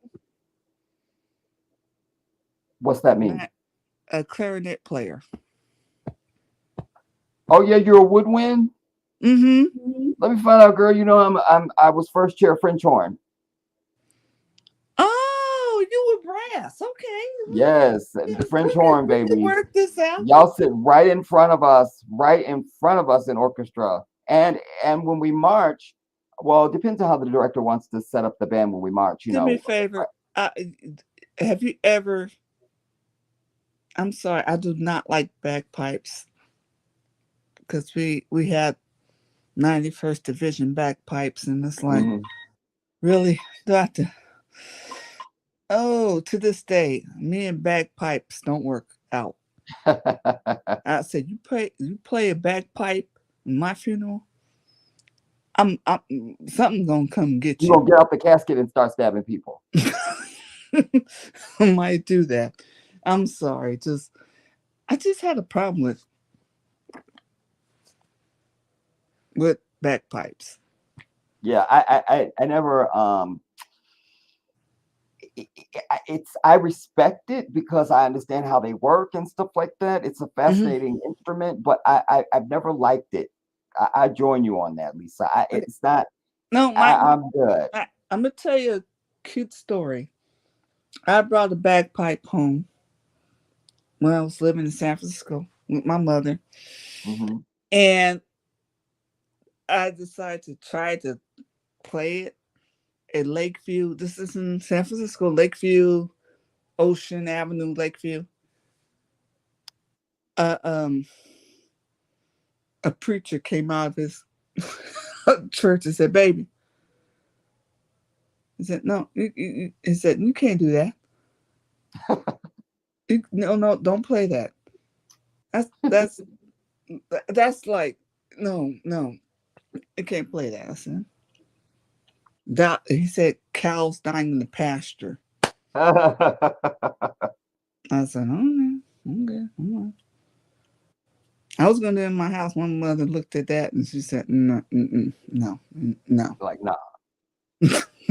Black women, nah. We ain't, okay. Yeah, we don't do that.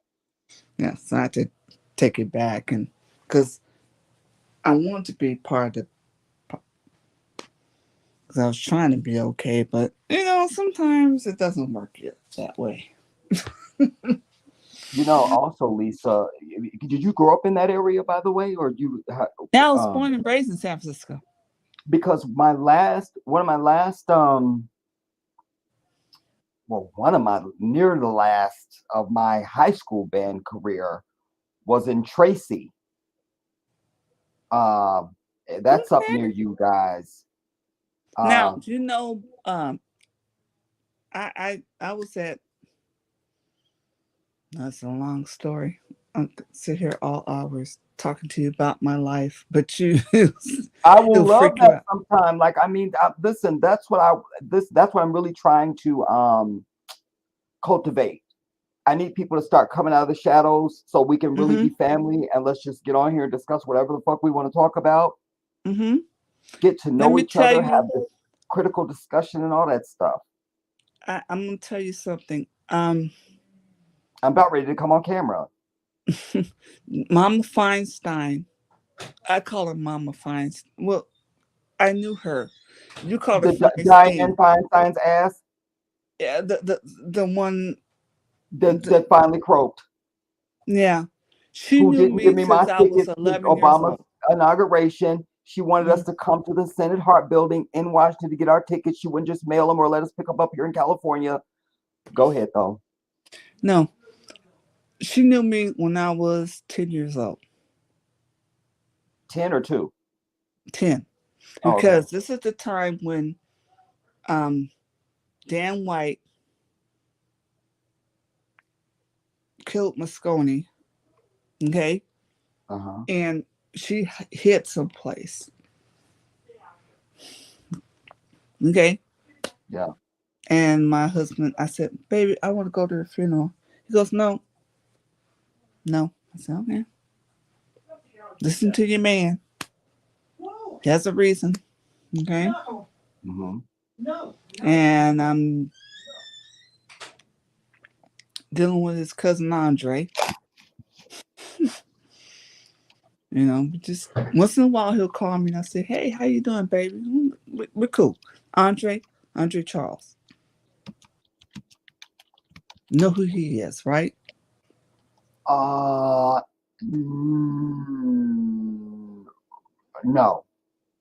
RuPaul. I was gonna say that, but it's not Andre. It's I thought it was something else, Charles. No, it's I Andre almost said Charles. RuPaul. He was born. Don't let it go. I just ever since I turned the age of 50, everybody's calling me. I'm like, okay, whatever. It's just I'm just there. No, God put you from that someplace. area for a while. He was from Atlanta, and then he grew up. He was born in Palo Alto. Okay. I'm just want you to. Okay, I'm just telling you. Then my auntie said, "There's something wrong with that baby." I'm like, okay, let it go. I don't want to hear about it. He's way older than me. I'm like, I'm cool. Wow. I got a life story. I could tell you about my life in the military, how I compelled from a helicopter, all this stuff. But, it's just... And I told my husband, did you do this? No. Did you do that? No. What did you do, baby? We were in the 91st Division band. What did you do? I'm like, oh, okay. It's one of those things. What brought you eventually to the clarinet? Yeah. My husband did oboe. Huh?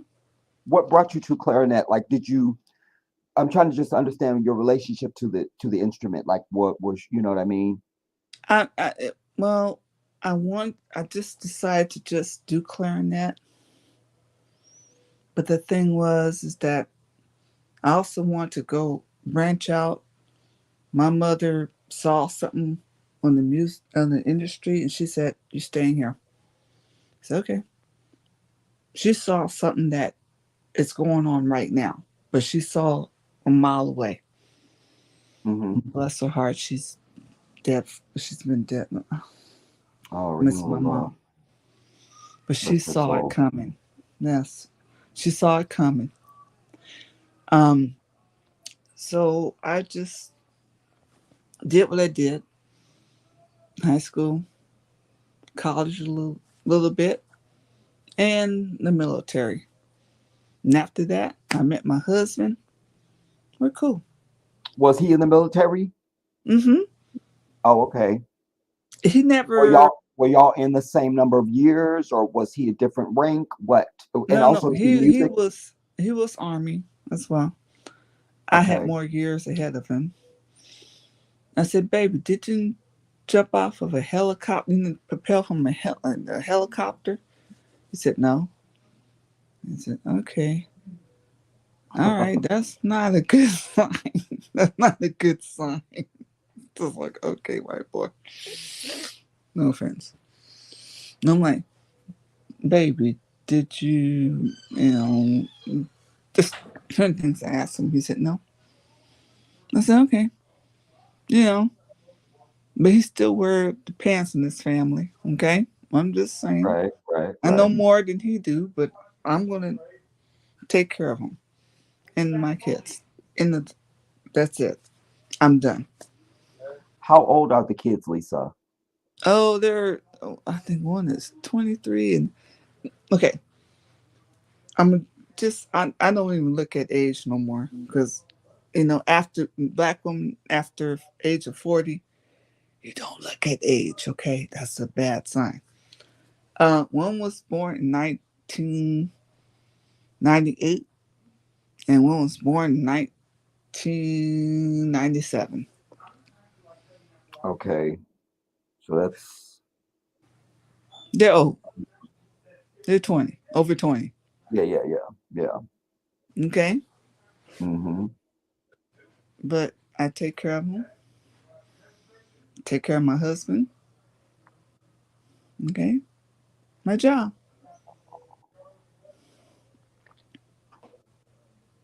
Wow. And the kids still live there in the In my house, yes. In our okay. house. Yeah. Okay? Yeah. And we do have an RV. So I try to get them out once a week to do something. Okay? Mm-hmm. At least I can. If not, like I got this thing going on at American Legion. I got to go to New Orleans. Oh, excuse me. New Orleans. Yeah. That's hard. We just call it New Orleans. Okay? Mm-hmm. And my husband rented a place for us to be at because he want me to fix them breakfast, lunch, and dinner. Because my people are Creole, so Hey, give me a minute. Hey, John. Okay, good. I'm back. Okay. Make Quick sure shout out. Oh, quick, Lisa. Let me to Richard. You said back to me. You couldn't remember his name, but he was collecting money for his YouTube channel and Palestine, but putting those funds straight into his pocket. Wow. Let it go. Bastard. And when, because this has been this is just the latest, like I saw a video of mine from 4 years ago where I was bitching about Palestine and it's always going on. What's that they've going been on trying right to get rid of now? these people. Let Cheryl, you say I'm right back just in time to get your unapologetic take on these Zionists. Can I say I something? had to step away, but I returned. I stay away from church. I stay away from everything. I just Wait, look at the hold on a world. second, Lisa. Okay, give me a minute. Hey. And then Javashi, good evening, my queen. I'm so glad to see you. A big shout out to you. Kisses and hugs and all of that. Big shout out to you. We to keep on, Violet. No, I'm just gonna be real. And now I gotta deal with American Legion. What'd you say, Lisa? American Legion. I forget who they are. They're like the red hat people. I'm not part of that red Yeah, hat. yeah. They come and talk to Congress every year and say this is what we need to do, and sometimes they pass laws for us.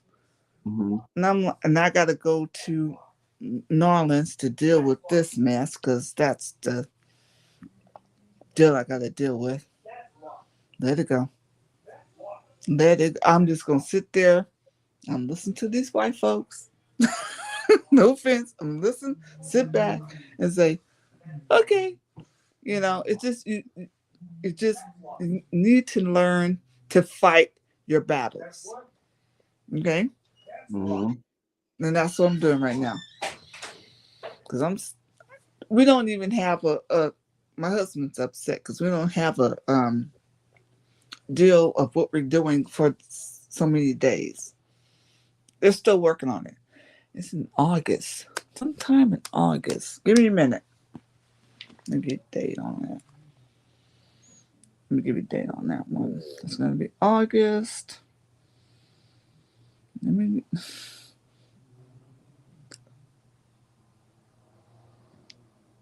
Okay.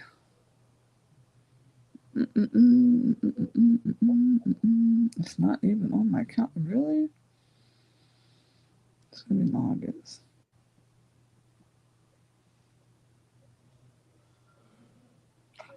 Shout out to knowing is half the battle.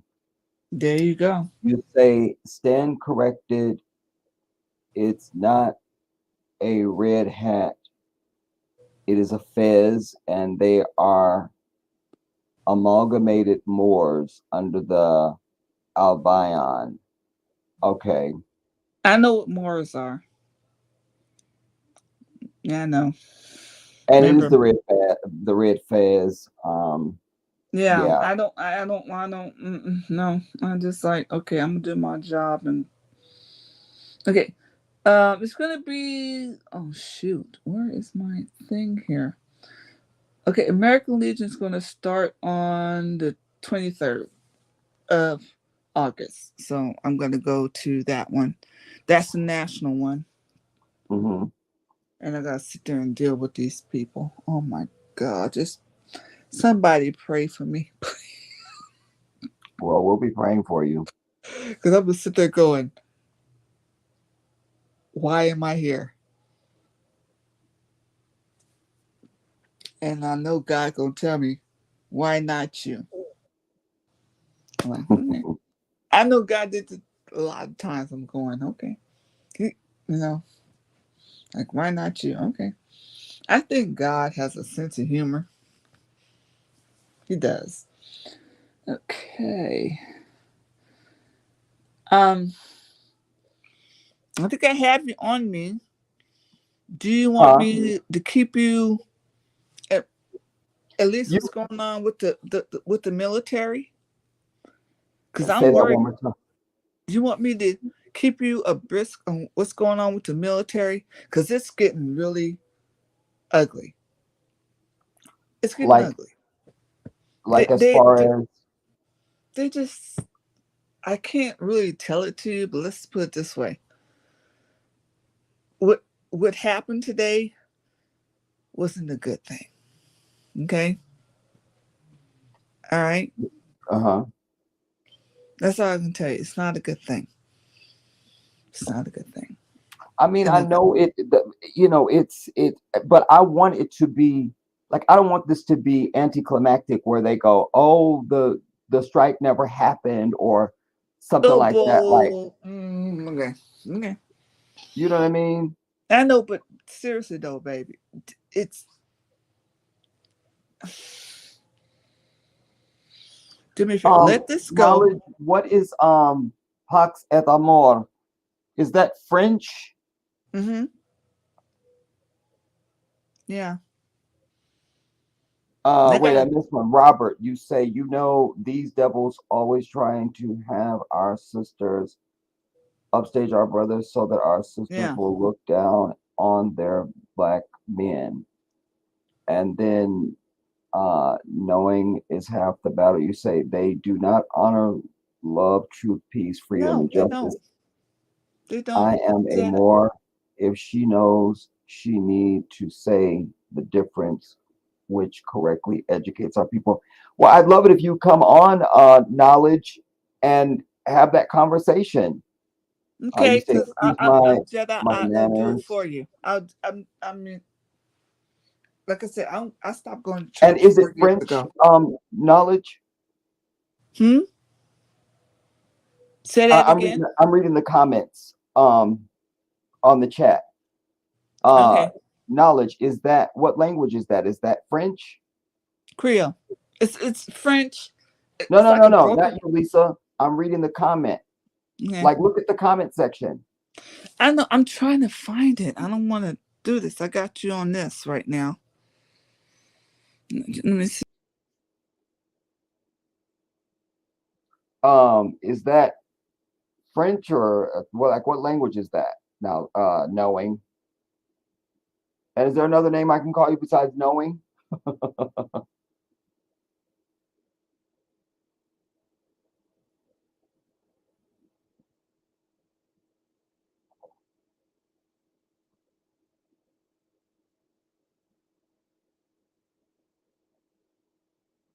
Okay, but what does that mean, Latin? Because I speak Spanish, so I don't recognize that.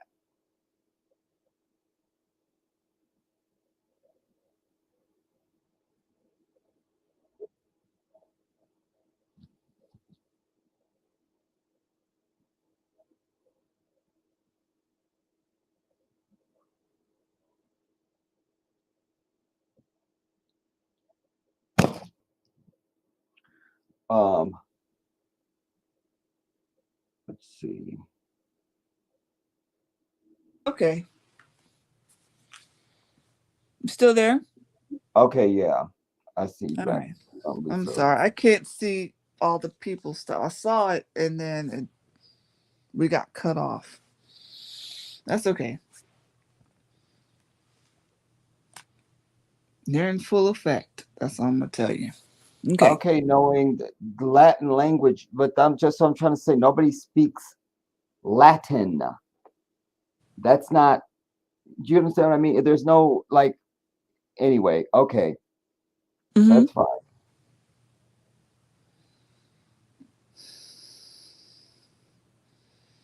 Okay, Lisa, what were you saying? I'm sorry. No, I'm just saying I'm back on the line here for you. I do miss, no offense, I do miss Mama Feinstein. At least she met me halfway. And as far as Biden, I'm gonna keep my mouth shut on that one. I really do. Wait, now what about Feinstein? She knew me when I was 9 years old. I'm 56 right now. Right. And I'm just saying, hey, she was cool. She met me halfway. Okay, especially when she became a senator. And I went right and said, can you do something about this? Let me see what I can do. Do I have people in big places? I probably do and don't care about them because I'm trying to take care of my family. That's all I'm telling you. I'm sorry. I want to take care of my family. My 2 adult babies and my husband, who's over 500 pounds right now. Your husband? Yeah, he's over 500 pounds. Oh, wow. And I'm taking care of him. Very dangerous. You know what? You gotta let. I learned just to let stuff go. Take care of my children. It's a woman thing, probably. Take care of my children. If he goes, I will deal with whatever happens. Remember, I have an RV. How's his health? Huh? How's his health? Not really good. I got low blood pressure. He got high blood pressure. Oh wow. And he just sits there and eats. I'm like, baby, no. He's trying to cut down now, but he's still really overweight. And I'm trying to gain weight. Figure that one out.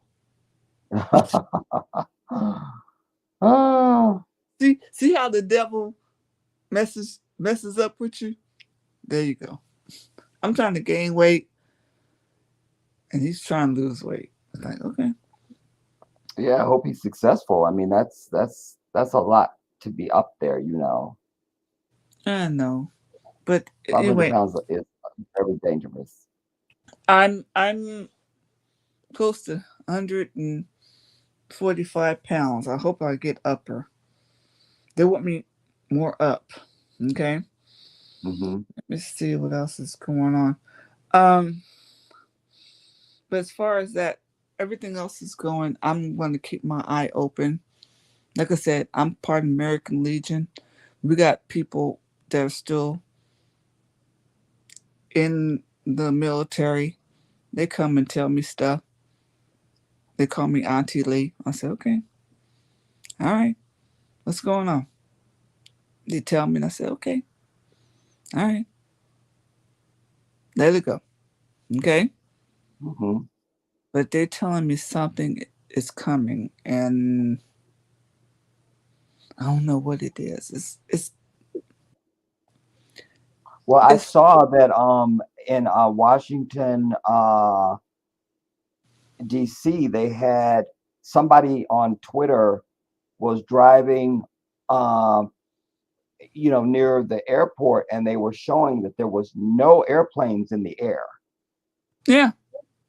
And they were saying that, something's coming, Yeah. And they're just telling me something, just a new one.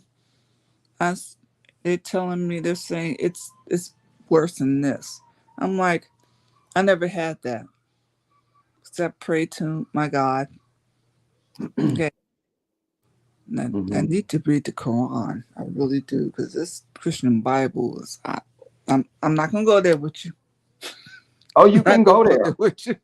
Listen, I'm well versed. I'm well versed in the Bible. Uh-huh. Even though I'm Muslim, and I'm well versed in the Quran. So we can have any discussion you'd like. No, on that. It's fine. You don't need to shy away from it at all. I know. I'm always prepared. But I want to get the other book because there's two sides. Okay. No. There's one side. Right. I want to say this to you. We've been conditioned. That's a phraseology that has been put in the lexicon. We all grew up with it. There's two sides to every story. Yeah. I say there's the truth and then there's bullshit. Or to be less harsh, there's the truth and then there's untruth. Well, I just want to read the Quran. Go ahead. I want to read the Quran and say, let me see what's going on, because something ain't right in my world. You can go to Quran.com and you can go to Quran.com and you can read it, but you can also click to hear it being read. Just as if you just want to get exposed to it immediately, Okay. But I always say all of our people, all Black folks need to be exposed to this way of life, because we must remember that 60+% of the slaves brought to these shores were Muslim, and we weren't allowed to practice our religion, our way of life. Christianity has and continues to destroy our people. Thankfully, it's in decline. The churches are going empty. People are leaving it because they're beginning to ask critical questions, and they're beginning to be more honest with themselves and understand that they're not being given answers. Like I said, I left the church 4 years ago. And you know what I'm doing right now? I'm trying to get pork out of my family. Don't try, just do it. Just do it? Just do it. Because well, my husband's white, but he wants his bacon and whatever. Oh, you just dropped a bombshell, Lisa. We Yeah, have to he's white. discuss. Well, How long you guys been married? he's actually no, he's American. He has he's German. He white. And his people are from Germany White. and yeah, and the other place and White. what? Okay, he white. Okay. Yeah, you know. Yeah, I got 2 kids that when they were born didn't look like me because my father came in and said, "Baby, who's this white nigga?" I'm like going, "Oh no." This is the whitest nigga I ever saw. Could you let him get, stay a little longer? And I'm going, oh, Lord have mercy. You know how we are, And my Were second you married one, before him? No, we were married. I'm saying, did you have any other marriage before him? In other words, were you ever with a black man? No. He was my first and only one. Interesting. I'm looking back, that's kind of scary. Okay. Scary right now. I'm like, okay, something wrong with this relationship. But I'm going to, you know what? I'm going to stick here. But it was so funny. My first son was born. He's on my play father, my mother, and him were never married, But he's like, that's a white nigga. That's the white nigga I've ever seen. Baby, could you just cook him a little longer? I'm like, oh God. It was worse, but my second son got married, Austin. It was like, oh no, I ain't playing this game. I'm going. I'm going. It's like, okay. Wow, that's interesting. Yes, but but before he died, he just loved them to death. He did. He said, it's not their fault. I said, okay. Whatever, And I'm dealing with another tragedy, something going on today. My 2 weeks ago, my white father-in-law died. Okay. Mm-hmm. And it hurt. I mean, it hurts. The only person that cried was me. That's it? Yeah. We're getting his ashes in 2 weeks. His ashes. And I'm just saying, Lord, why? It's okay. I just cried. And nobody wanted to cry for me, anything. It's like, what, where, just like anybody on your side of the family, his side of the family, who? No, his side of the family, white Okay. folks. They didn't want it. I don't know. I just don't get it. Okay. Mm-hmm. And I'm going to have his ashes in about 2 weeks. I'm like, okay. Why do you get the ashes? Because I'm the only one that cares. Maybe. I care. Maybe. Was he married? Yeah. His wife died from. She's passed on. Does he have children? She really Well, passed. he has your husband, so. Yeah, he's the baby of the family. Yeah.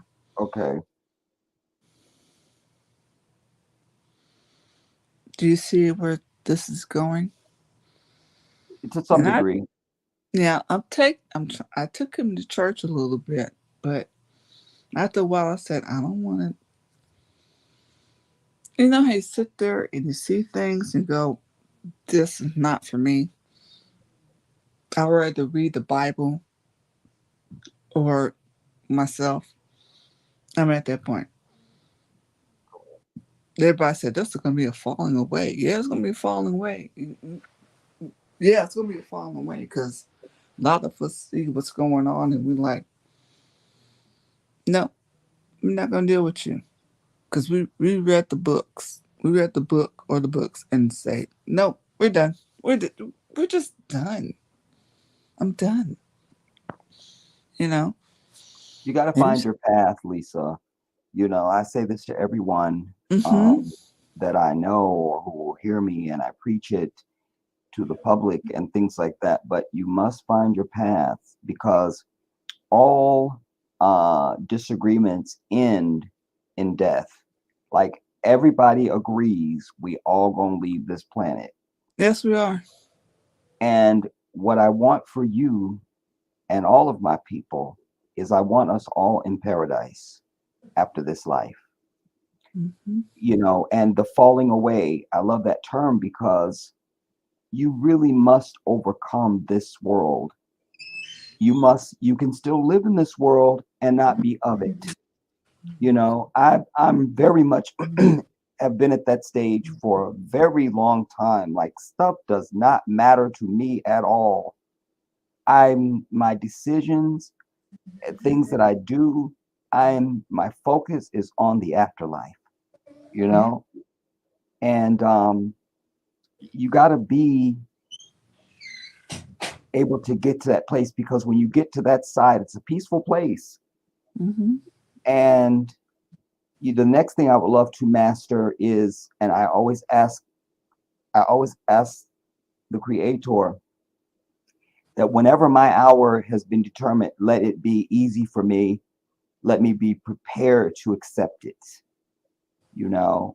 My father, years before he passed away, he would say, he just voluntarily said to me, he says, I'm not afraid of dying. It's just how, and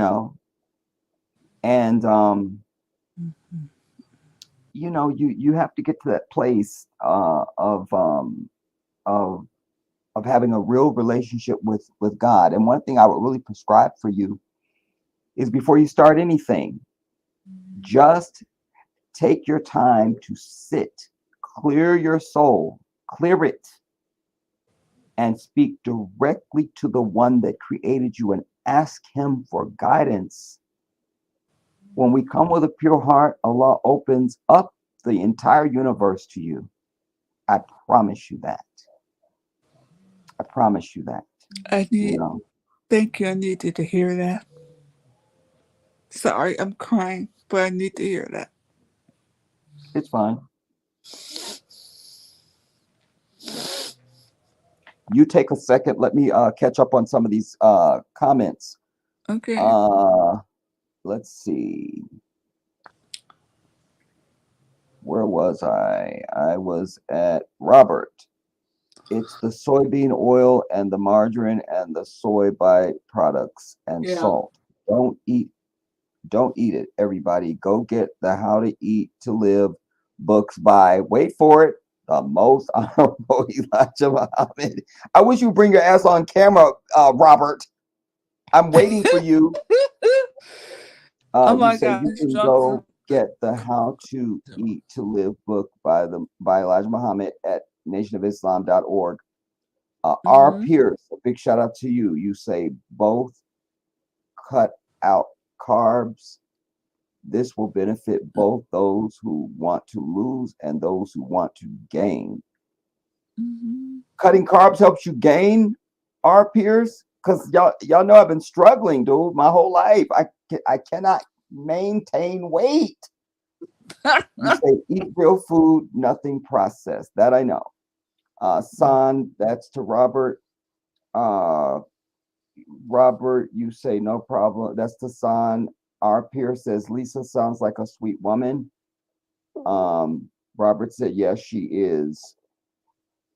And then San is testifying to you, our peers. Yeah, Robert, when are you gonna come on and have discussion with me? When are you doing it? When? Tell me now. Tell me.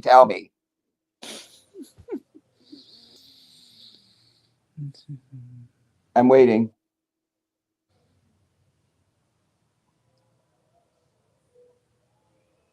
That's a It's in my long contract. I delay. don't wait, Robert. It's in my contract. It's a long delay. That's really a long delay.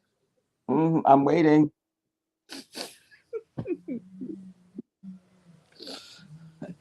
Let it go. Just let it go, baby. Just let it go.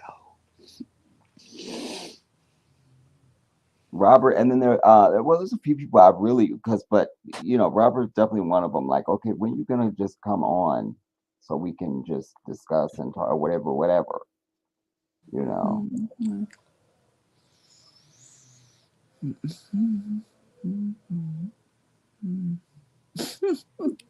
That's a long delay, man, dude. Really? Let me stop laughing. Oh, Heavenly Father, just let me stop laughing. Oh. And then I saw something. Speaking of something is happening, I saw.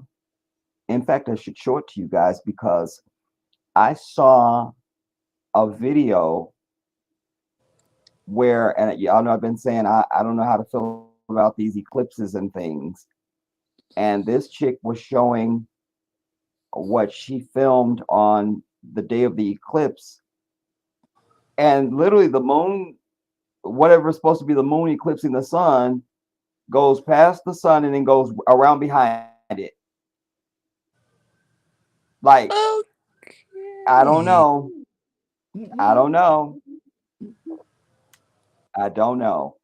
And it was very suspect because, and it had a level of believability to me because, like I've been saying, like, why do they make you wear them damn dark glasses? Like, what don't they? If that's to hide something, that ain't to help you, in my view.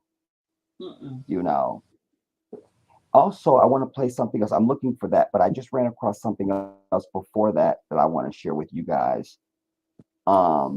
This is a and it's perfect because we were just talking about the church and all of that. Hear what this brother has to say about Black churches. Let me bring this in. Hold up. That's why I left. Let's see. Present.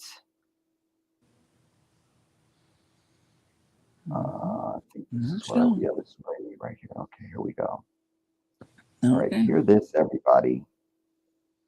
Hear this. I don't know if I ever told a story about the churches. I don't think so. Here in Atlanta, we wanted to buy a church out here, a building. Oh, wow. It cost $1 million. We said, we can't afford that because we grassroots. So the minister said, hey, no. We said, minister, how are you able to afford this $1 million building? He said, you go to the bank. I said, no. We went to the bank. All these bank, they say the churches have unreliable income because 1 week it may be good, next week it might be bad because it's based on donations. Right. He said, no. He said, Christians have a bank strictly for Christians. Oh, wow. So he gave us the address. Brothers go down there, and the clause is, in order to get the money funded for a church, millions of dollars, you have to teach what they want you to teach. They said to us, our teachings must align with theirs. Jesus is white. December 25th. No, he's not.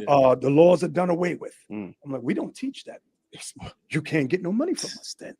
And the churches have never revealed. That was on a sneak tip the minister told us. And we found out, whoa, there's so much ins and outs with the churches, it will shock people. Yeah, that was just a short little piece, but I'm not surprised by that. But sometimes it's just good to have shit confirmed.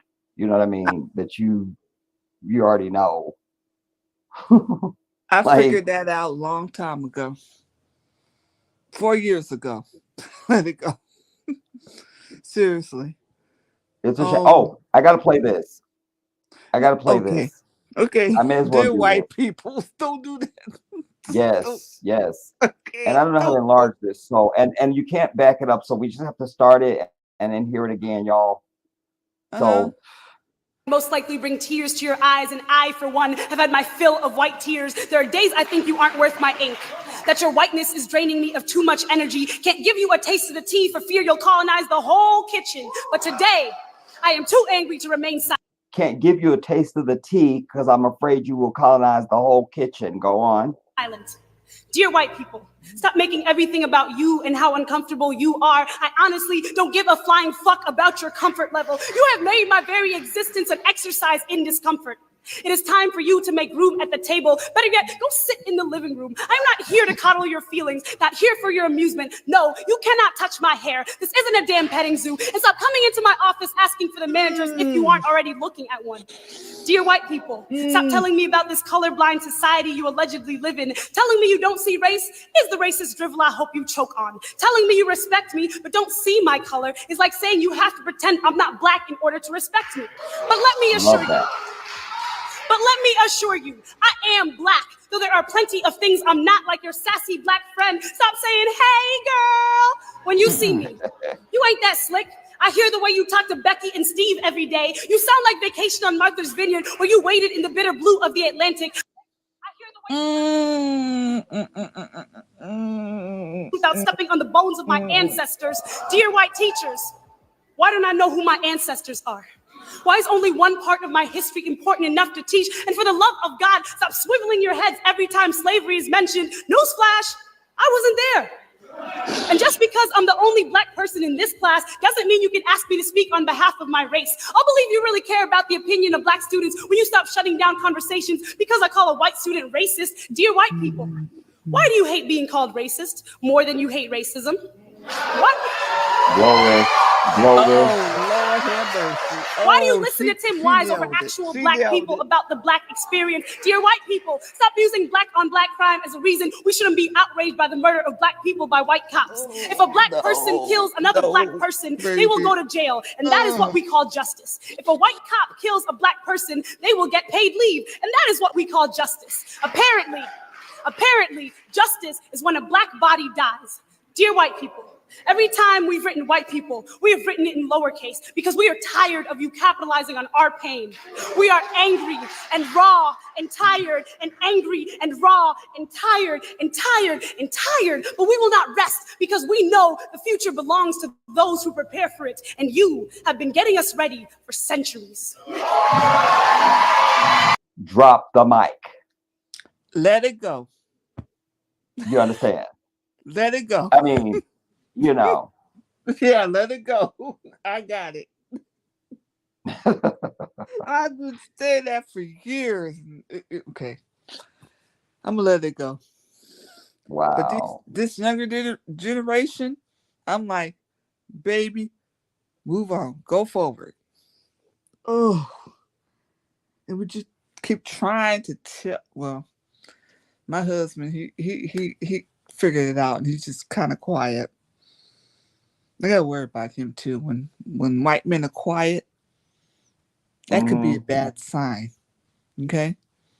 It could be a bad sign. Speaking of quiet, let me ask you something, Lisa. Sure.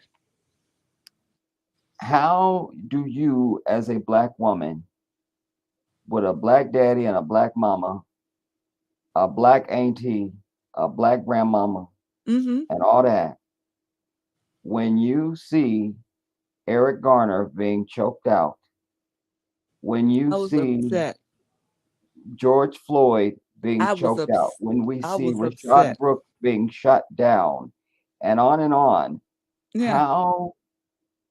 what goes on between your relationship, you as a black woman and your husband as a white man, when that is happening? Go. Shuts down. He shuts down. Because I put it in his face. Shuts down. That's all I can tell you. Do you feel something? What do you feel? Like, in other words, here's why I'm asking. And then you answer in your own words and what you want to, you know. For me, like, let's say when I was growing up, let's say somebody like this happened to me literally. This first part, like when I was growing up, when I was 12, we lived in Arkansas, and my half sister, my little baby sister, this racist fuck from school lived down the street from me. I was pulling her in like this little wagon thing I had made for her. And he came up, you know, because he always wanted to fight me. I was fighting every day other people. And I don't even think I knew he lived on my street, but he came up to me and was calling me a fucking nigger. And he swung at me. He didn't hit my sister straight on, and he didn't even hurt her, but it's just that he barely grazed her. So I went back home, put her in the house, came back and put him damn near in the grave. So now, years later, I couldn't imagine being friends with him ever in life. You know what I mean? Or if like with everything that's happened to our people, you ever have those, and just be honest now. Whatever your truth is your truth. I just want it to be the truth. Do you ever have pause? Like, why am I here type thing? You know, like Yes, I it's do. like as if I married the murderer of my mother or something. You know, I don't have a good metaphor to give you. I hope you understand what I'm asking, right? I know what you're coming from. Yeah. But, you know, I don't know. I can't explain it to you. It's kind of weird. I just can't explain it to you. All I want to say is that I take care of him, take care of my kids. But back in the day, 1980, okay, now you know how old I am. I'll give you my age. You get in front of me, and I just came. Let's put it this way. When I came back from the army, you know, came back, and somebody just decided they're gonna take my mom's sunroof off and do something stupid to come in, and I got my Smith & Wesson, well, my mother's Smith & Wesson. Okay. I shot his foot off, okay? And the next day, I saw him walking, and I'm like, that's the last time. You will never do that. It's just, I'm just there. You get tired of being tired. I can't explain it to you. And you protect everything that belongs to you. I can't explain it to you. Okay? I just protect everything that belongs. So you never feel some type of way when these big things rise up, like we went through Rodney King, we went through OJ, literally. I was upset. And did you know feel OJ was innocent. And OJ was innocent. I already knew that. Why did white people feel upset? And then they have to come back to him and get the rest of his stuff. That's what I'm saying. White people, just even with the OJ, white people are all upset. So was there ever any time where, what's your husband's name, by the way, so I can just stop referring to him as if he's not a person? John. So did you ever look at John and feel like, what am I doing here as a black woman? Like, what am I doing? Since I turned 50, yes. I'm like, no, okay. But I do love him. We've been best friends. Like I said, we were in the military together, okay? Right. In the band, okay? 91st Division Band. We were in the band. We just loved each other. We just clicked. It's kind of weird. My mother said, you gonna marry that white boy? Oh, baby, I got to pray on this. I'm like, oh, this is maybe not a good sign. She said she had to pray on it? She had to pray on it. Yes. Yeah. That's a bad sign. I'm like, okay. And as of July 2nd, it's going to be our 30th anniversary. Okay? This coming July. Mm-hmm. Uh-huh. Yeah. Yeah, be a while. It's gonna be a long while. I had to put up with everything, but you know what? I said, okay, I'm just doing.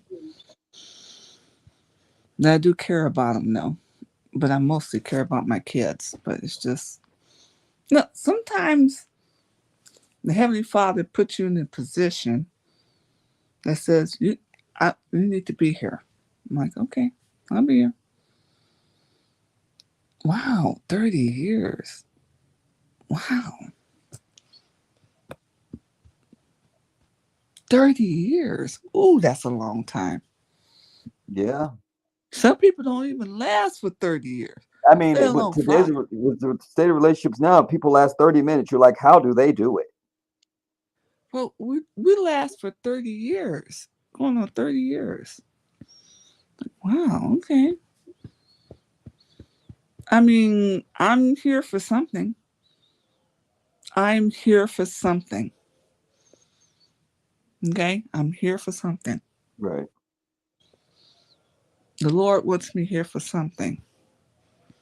I'm going to do it. That's all I can do. God, I can't believe 30 years. No, I wanted to ask you that because I don't ever get a chance to, to ask folks.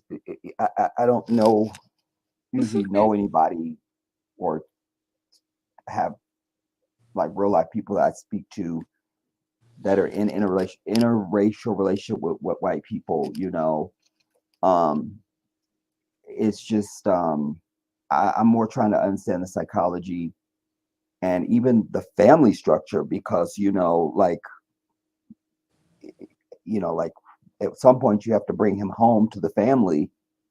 Don't I'm go trying there. to Don't understand go how there. are black families Don't go there. being okay with it, Let me tell you, when John, I want you to watch an episode of The Jeffersons. That was the episode when Which one? Lionel engagement. That was there. But my family came over here. I said, "Oh, okay, there's some white people. Okay, that's nice."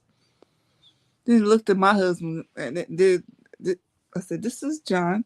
My mom said, "This is John." And they're like, they were in shock. Wait, hold on 1 second. Son, I knew that was about the sister in the video. Go ahead though. They were in shock. I married a white. I'm going to marry a white man. Now here's the best part. His uncle was like, because my dad was a little bit of shock too. He went out into the backyard and he said, "You need a drink. This is the white people. You need a drink. Come sit down with us." He said, "Okay, get me something hard." This was a Negro moment. Everybody would say, "I want something hard." The black people said, "Oh no, we want something hard." Okay, and the white people was like, "Is everything okay, man?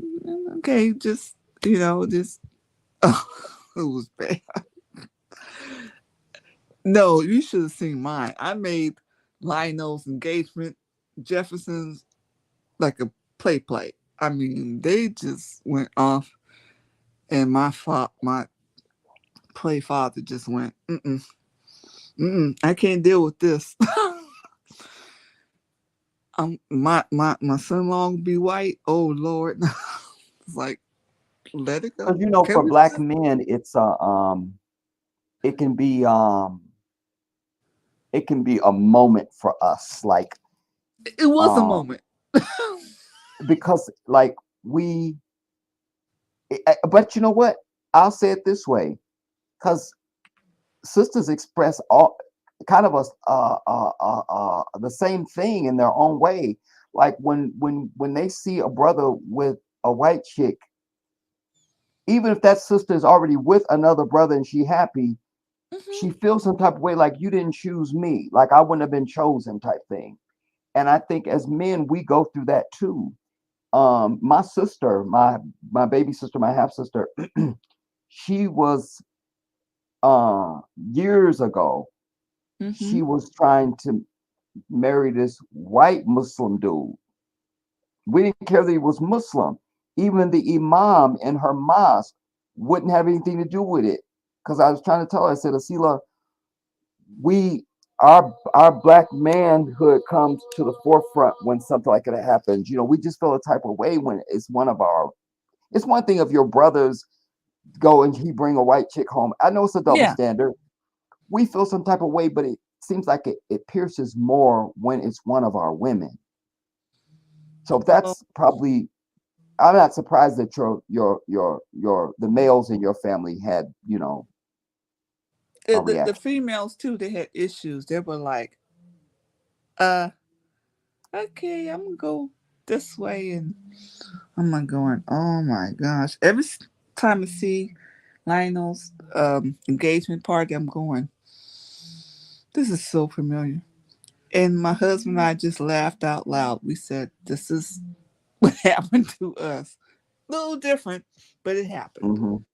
You know, because I got two, and my cousins called half breeds. Okay, like I said, one doesn't speak at all.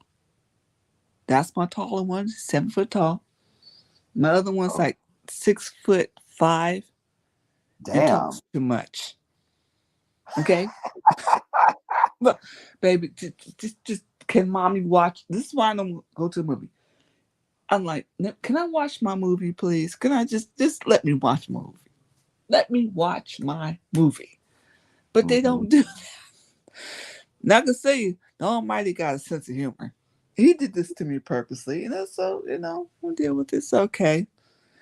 And then I got to deal in August. Got to deal with the American Legion. Oh my gosh! Like I said, this is gonna be. And Austin's part of the Sons of the Legion. They do work, volunteer work and everything. For the veterans, yeah, we take care of our veterans. All right. Yeah. And I'm in the deal where I take care of my black veterans. I'm okay. You can take care of this, but I'm gonna take care of these, my black ones. You do you. You do you, boo. I'm doing me. This is so. Oh my gosh, this is so funny. Let me see what time. Okay, I got it. Okay, I got to get off because I got to make sure my kids are in bed and everything. It's so nice. Can I talk to you sometimes? I would love that, Lisa. I mean that from my soul. I know, but I can talk to you, like we're doing right now. I can tell you what's going on as far as the veterans, what's going on in the military, which I don't like still. Okay. Right. And other things, and we can just hang out. It'd be cool, and people can just listen to us. Is that okay? I will love that. I will love that. And anytime that I'm on this software, like I said earlier, this the only reason why I do this software is just so stuff like this. And all of my streams, I've said to my audience a million times, I come prepared what I came to talk about, but y'all come prepared what y'all want to talk about too. It's interactive. I'm sorry. Sometimes our stuff runs long and this or whatever, but there's many a time when we like, whether it's my live videos or my recorded, anybody that knows me knows it could go anywhere. This is perfect tonight because this is a developing story, and that's all I wanted to deal with was just it's coming potentially. I didn't need to do any deep dive coverage on it so much, and but I also try to promote togetherness amongst my people, no matter where I exist on the planet, not just here online. I'm literally the bring us together dude. So it hurts me when my people who follow me and know me, and know my character and all of it, don't rise to what it is that I am bringing forth. My people need to reflect me. That's why I'm here. I'm not the regular YouTuber dude. I have a reason why I'm here. If I hear anything else, what's going on in Israel, whatever, I'll just email you. Because this is, like I said, this is going to get really ugly. Okay? Indeed. All right. Oh, let me say this before I forget it. Everybody, remember last night I was telling you guys I kept obsessing on this documentary, this OJ documentary. I was like, it tells you this, and I kept citing it. I'm like, I can't find it. They're telling me it doesn't exist anymore. I found it, and I put the link to it in my last, in the comment section on my last video. Let me go to that video and get the link, and I'll put it in the stream now. And I'll also put it in the comments under this stream that we're on right now. Okay. Give me a second. Let me get it. Oh my God, this is so good. Y'all, you have to see this. Like, it's everything. And then you can be overwatching anything else on Goddammit OJ if you want to be. I miss OJ.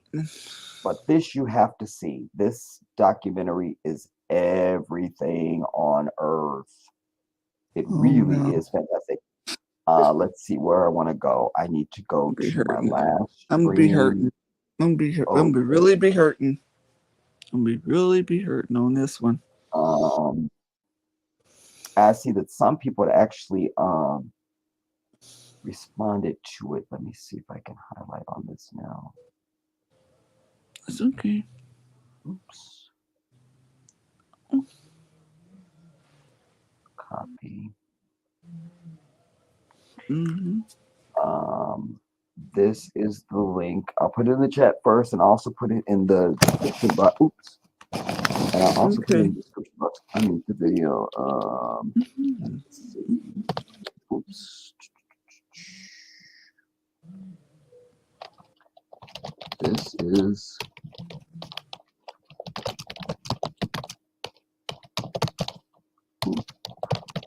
damn it, I'm crunched up.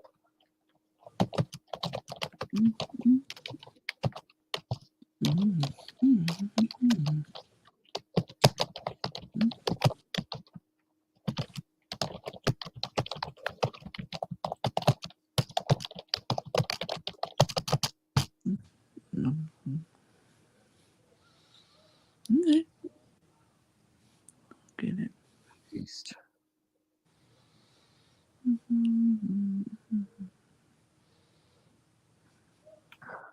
Okay, and then I will go to the actual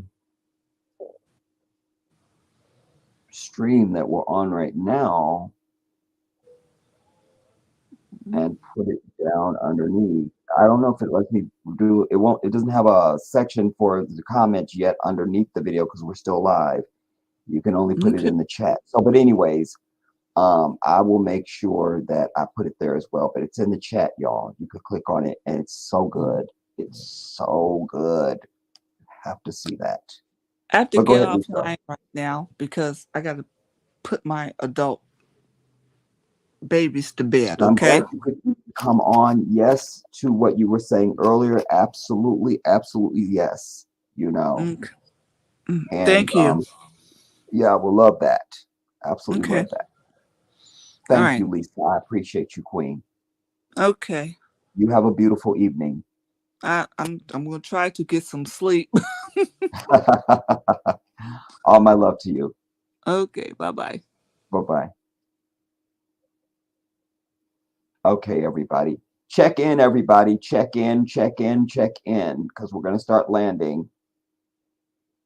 Because it's going to be midnight on the East Coast. So check in so we can land.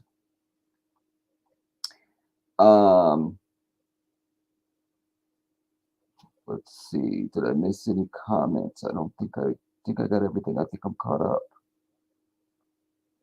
Yeah, I'm caught up. Check in, everybody. Check in, check in, check in. We're going to start landing. Son, I see you, Queen. Thank you. Especially my moderators, y'all. Y'all supposed to be the most responsive. What are we doing?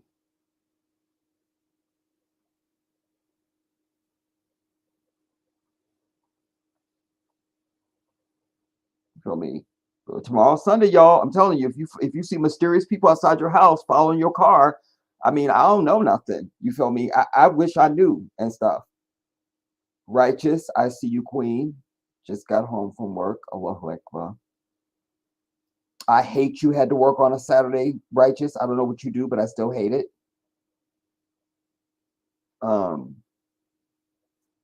Yeah, check in, everybody. Check in, check in, check in. Cheryl, where you at? Robert? Richard? Who else I know just off my head? Andrea, Black Beauty, where y'all at?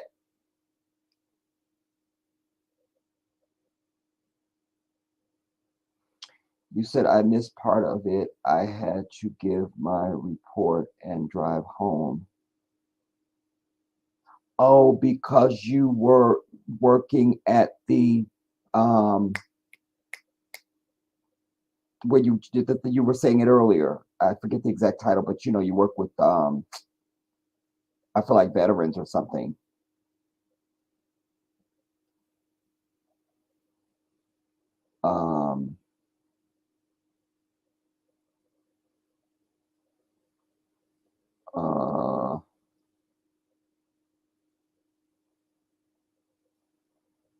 Let me see.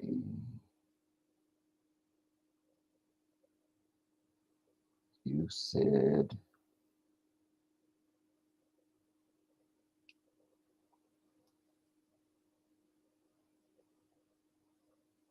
I forget what it was because I was telling you how admirable that is, Righteous.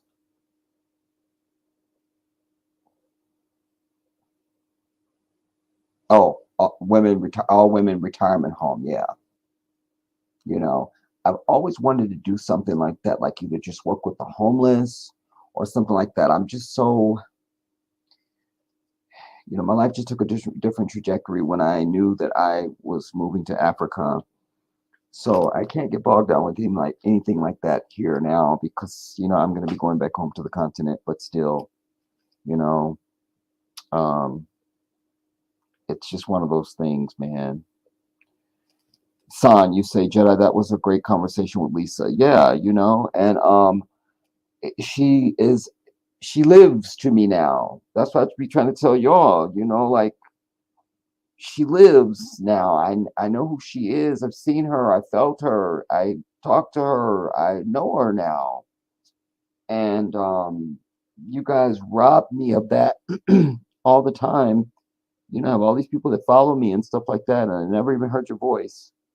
And we have the technology that shouldn't even be a reality, you know. Yeah, man, you got to put down fear, everybody. Damn, you know, come into the 21st century and get it together. Sean Scott, big shout out to you. I'm here, Jedi, laying in the cut. Appreciate you letting me know you're in the cut. Our peers, too late to ask a question on a new subject. No, you can ask.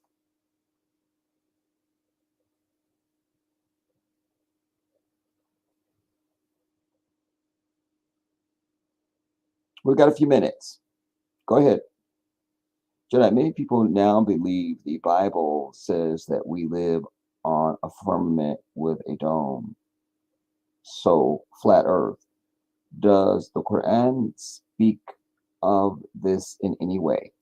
Yes, the Quran does lay out for us in some of its passages descriptions of our earth. This is one of the many reasons why I know we're not on a ball, but I didn't need the Quran. I just need to look at Allah's creation that lets me know I'm not on a ball. And yes, the Bible does. And it was always that way for all the ancient civilizations. They all believed that we were on a stationary plane with a firmament over us. It wasn't until the white devils changed it in, you know, sort of, I forget what century it was, and I've got a video that briefly just gives you a little short boom on it. You know, If I can find it, I'll bring it just quickly. But yeah, and I've done full pieces, Pierce, on the flat Earth. You know, that Antarctica is the ice wall that surrounds the entire thing. Think about it. You're in a bathtub. You move around the bathtub, sloshes back and forth. This is where we get our tides at. Don't give me the moon. Don't do it. Don't give me gravity. I'm over it. We also know that the sun and the moon, the sun is not 93 million miles away and all this other nonsense. The Quran lets us know in the divine language that Allah has hung the moon and the stars and the sun in the sky like lanterns in the sky. And so that this is why you have to know divine language. This is why English is so cheap, because the language is so clear. There's no room for it could mean. It's very clear of what your Lord is proclaiming. I'll give you an example. They're just only found out since you and I have been alive that among the bees, the worker bees are all female, working their ass off. That's all females. Well, we've known this as Muslims for nearly 1,500 years, because every time Allah mentions the worker bee specifically, he uses this divine word that is feminine. This is why Semitic languages are so important. When I've told you about the first pronouncements of Jesus, when he says, think not that I came to change the law. I didn't come to change a single striking on a letter, because a striking on these Semitic languages gives you gender, gives you past and present and future, and it gives you just a striking on one of these. So this is very important. So we know that the worker bees are female because of the language that Allah is using in the Quran. We know this. So when he says that he has hung the moon and the stars and the sun in the sky like lanterns, and that they are in their own rotation, we know. You see? So this ball thing is ridiculous. And think about this. In fact, I was with one of my neighbors, I don't know, a few days ago. We were here on the property, and I was saying, you see how the trees aren't blowing right now? Because there's no wind. But if this damn earth is spinning at 1,000 miles an hour, trees should always be just stretched to the limits and bent over nearly like it's a hurricane. But they're not. And we should never use words like it was a still day. Ooh, there's no wind today. That wouldn't be possible if you're moving at 1,000 miles an hour. I'm over it. Like, it's getting my blood pressure up. You say, Piers, people are showing a map that says that if we are on a flat, Africa is actually much larger. Yeah, Africa is the largest thing on this planet. Before you even get to flat Earth or globe Earth, you have historians, white historians that have many of them have done pieces, and there's some things you can find on YouTube and Facebook and things like that, where they're showing you that the maps have been made to deceive us, that they've drawn all the European shit larger than it will ever be, you see, and then shrunk everything that's not white, but including Africa. You know, you say right, and then Nixie, you say, hey, sorry for late reply. Oh, that's Tassan. Yeah, so definitely not a globe Earth, our Pierce. We are under a firmament, and I even have some video where they found what they're calling sky ice, which they think that this white devil has, damaged the firmament. I don't think you can fully destroy it, but they've gotten some pieces out of it, so to speak. And they're calling it sky ice. It looks like ice. It's the same color as the sky. It's so cold you can't hold it with your bare hand, but it has a flexibility to it. It doesn't melt, it only shrinks. It's a whole thing. Like, it's very bizarre, you know. In fact, let me bring a couple things just last minute. We've got about 10 minutes to go or so. Let me just show you some things that I have at the ready that I can show you. Percent.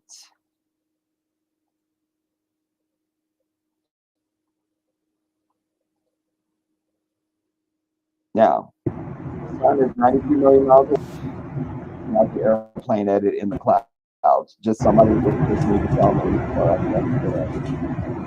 I mean, I can't do it. No. That's fine. I don't need to labor this too much. That's okay. I can come in that fine. Yeah.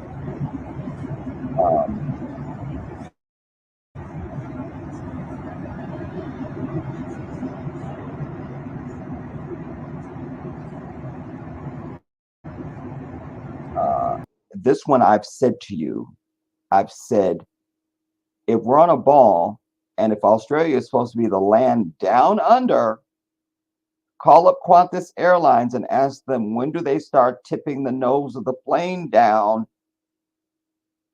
to compensate for the curvature of the earth? And they will tell you never. That we fly to Australia and we land our bitch asses. But I love this because it says this is what you have to believe if you believe in the globe. Flying to Australia from America, from North America. Right. You should fly down and you feel it. Don't think you're upside down, but you won't know it. They make me sick, dude. They make me sick.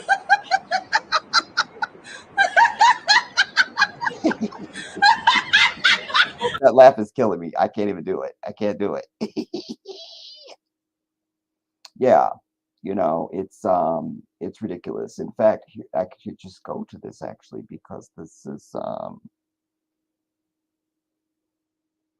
wait, now is that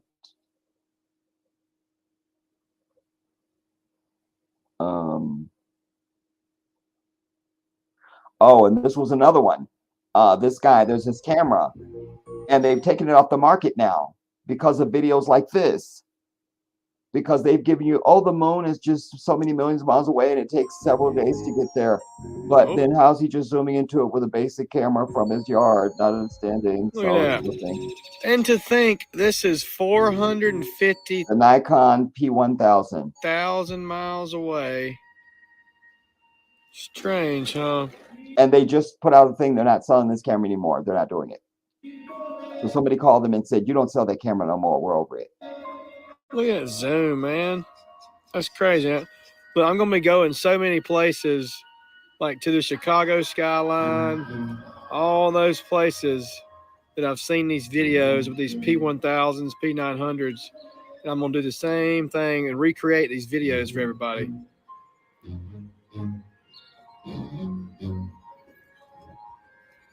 I've got my little sky tracker coming in.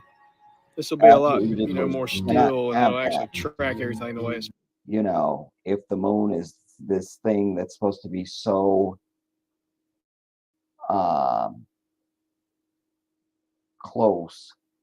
This was that CERN thing I was telling you guys about, everybody. I don't have a full video of the ceremony, but just to give you a flavor. This happened on the day of the eclipse, because I told you they had this thing called this CERN thing going on. They also had Serpent Deity, where they were going to shoot 2 rockets into the shadow of the moon for some study they claim they were doing. We don't believe it. It's all lies. But this was part of the satanic ceremony. They had this CERN thing, this portal thing that they've developed, this atom crusher or atom something, a proton or particle something. Damn it, I can't think of the scientific terms now. And you know, white folks love using the act crazy and being they fucking draws. So there's that. And there's your Baphomet. The whole thing with this camera. Come over. Look at this. and they had all sorts of just demonry stuff going on, dude. Like, I'm making stuck fun as I even watch this, and asking Allah to protect me.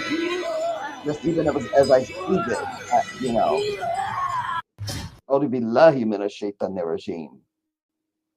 anyway, yeah, I got some other stuff I want to bring you guys. I'm going to bring you this another time because I tried to bring y'all this last night. Y'all fell asleep on me, so I'm over all of y'all right now. I'm still furious, and we are beefing. Know that. Let me go to this other one. Just a couple more little vignettes on this, and then we'll move out. Percent. Well, how do I know which one is which? Because one will have the title. Yeah. All right, just a couple of these, just for our education. How can a local sun be 93 million miles away, boys and girls? Huh? There's another, like, how could it be in our class? I remember when I was on the beach with Samba in Gambia.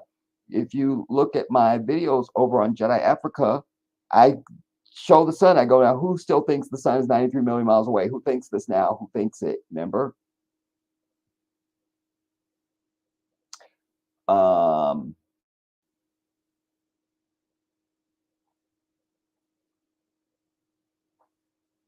Yeah, there's some really good stuff here, dude.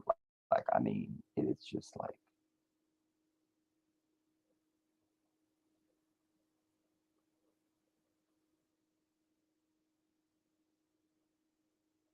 there you go, R. Pierce.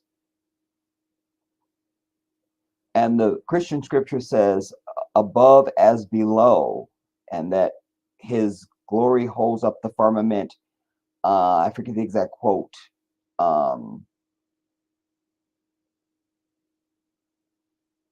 And this guy's making a tie-up between even rainbows. Just hear this really quick. Truly believe the mainstream explanation behind rainbows, then you are truly out of your mind.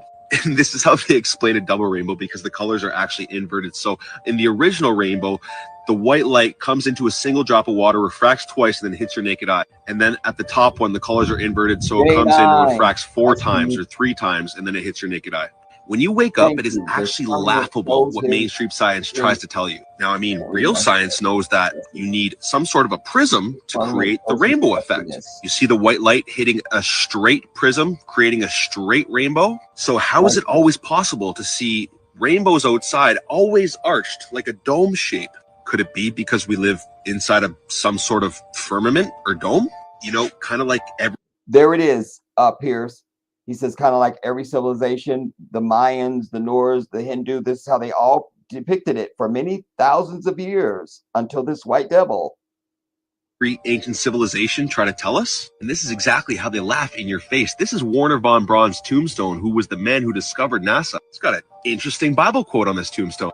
The heavens declare the glory of God, and the firmament show us his handiwork. That, yeah, Psalms 19, 1. That wow. I'm glad we were just talking about it. He actually mentions it in this damn clip. I'm over it. So this guy in death had this put on his headstone. He was trying to say everything I said was some bullshit. Here's the truth. You see? So he puts that, as somebody put that on his tombstone. Try to tell us, and this is exactly how they laugh in your face. This is Warner von Braun's tombstone, who was the man who discovered NASA. It's got an interesting Bible quote on this tombstone. The heavens declare the glory of God, and the firmament show us his handiwork. So the dude that discovered NASA has a Bible quote on his tombstone that directly contradicts space. The evidence is all around us. This is the sun reflecting off all sides of the firmament, just like our ancient ancestors showed us here.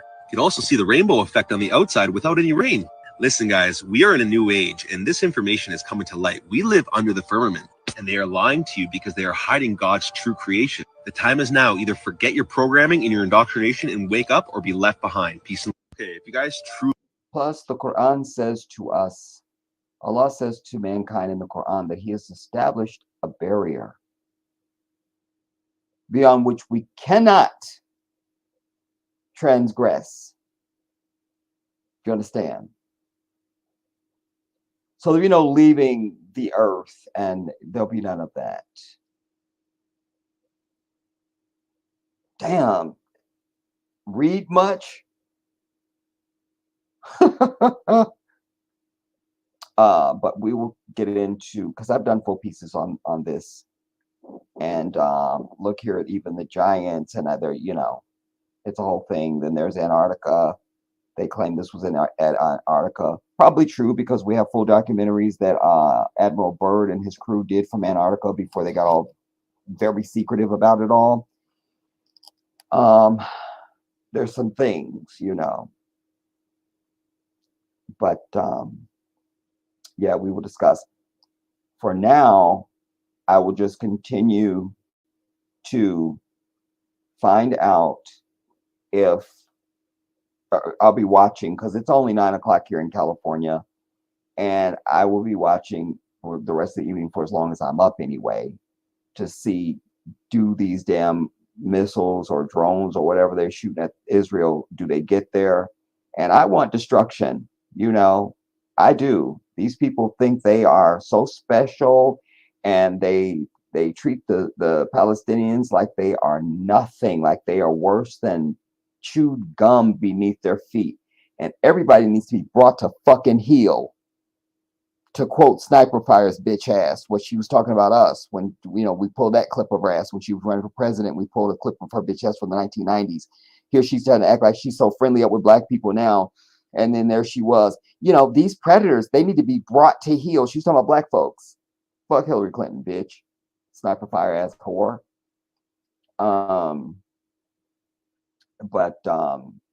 Yeah, white people need to be brought to heel, as they say. You know, it's time that mankind start giving them a taste of their own medicine. And I'm really praying that Africa begins to close its doors on them and give them nothing. But Africa is going to have to find its violent bone, because I just got one question to ask. Away, and you got to be ready to exterminate the ass when they do the shit. You understand? Because then they're coming for you. When they feel jealousy or they feel like you're better than them, they articulate violence. You got to be ready to combat that violence. You understand? Fight fire with goddammit fire. I think I'll leave us with this. This is, I've shown you guys this before, but I'm showing it for the benefit of our peers and anybody who hasn't seen it. Pilots are very kind people. They're very kind. These people are grace under fire, because they, to me, they have the most important job on the planet known as Earth. Because ain't nobody going nowhere without a pilot. What you got going on? You don't have international business. You're not doing business in Beijing, and you're not shuttling off to Provence, or you're not going anywhere without an airline pilot. They should name their price, and it should be paid to them. I really believe that. I really believe they have the most important job on planet Earth known to humanity. Second, the only thing that would even nearly be second to them is a mother. And I'm conflicted on that, because without the mother, there is no pilot. So it's the mother and then the goddammit pilot.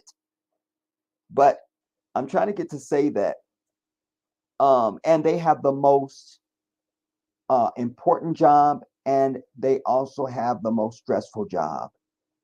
You're in $100 million aircraft, and you got 300, 400, 500 people sitting behind you who are expecting you to get them where they're going. God bless the airline pilots. God bless them all. God bless them all. God bless them all. But they're very kind people. There's some professions that you just don't find assholes in. And the airline pilots, to my experience, are one of them. Hear what they have to say when you ask them, is this bitch flat or not? Go. I just got one question to ask. Flat or a ball? Well, I never feel as breaking round. If we live on a ball, surely we'd have to fly around it. Yeah, it feels like flat or a ball. Flat. Once they understood what he was asking, they didn't protest at all. They're like, flat.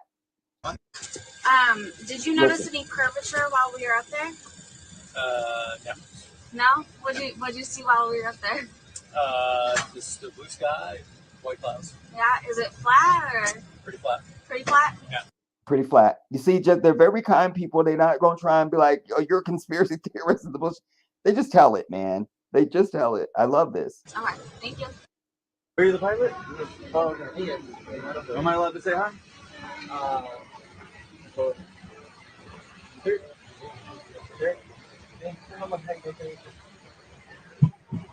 Hey, I just want to say thanks for the smooth flight. All right. I have one question. Is there like a specific angle of downward tilt you have to fly at to 3 degrees. 3 degrees for the curvature of the Earth? Oh, for the Earth? Because No, we just fly over the troposphere. Really? Yeah. Do you have to keep like kind of going down because? No, we actually have to nose up. It flies. Yeah. Really? Because I was reading some stuff on the flat Earth that made a lot of sense. Have you looked into it? This one, sorry. I was reading a lot of stuff on the flat Earth. Okay, yeah. True. It's true? Yeah. Okay, Yeah. all right, cool. All Hey, right. God bless, bro. See, once he understood, he goes, oh, yeah. True. All right. Have a good one. You too. Did you notice any curvature while we were up there? Curvature? No. No, there's no curvature? It's just all flat. No, it's just all flat. Like, why even contest the shit and try to make up a lie? I love the truth.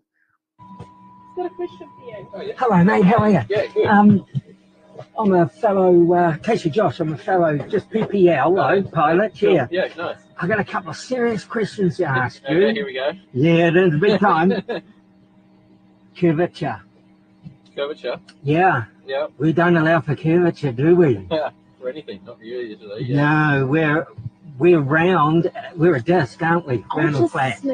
Yeah. Sorry. Hey, look, honestly, quite seriously, Yeah. we are, aren't we? Yeah. See there? What's up? What's up, pilots? Is the Earth flat or round? Flat. Thanks. I'm with Done. What's up, pilots? Is the Earth flat around? Flat. Done. What's up, pilots? Is the Earth flat or round? Flat. Thanks. I'm with you. I love it. Damn it.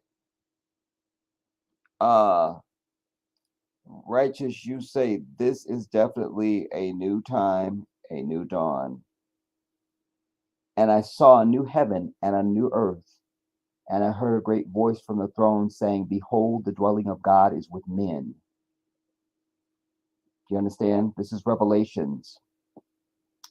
Sandra, wow, okay, flat. Yeah, they just straight to the point. Like, why bullshit? You know what I mean? Like, don't do it. You know, it's so like, I can't even do it.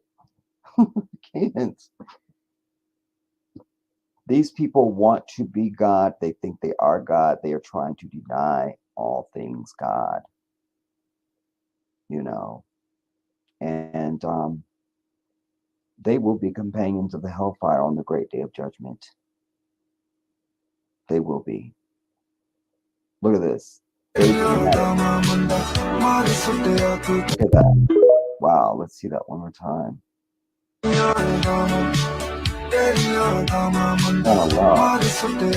Wow. There's nothing more beautiful than I even started breaking myself out of declaring anything beautiful that's not created by God. I give it a different assignment.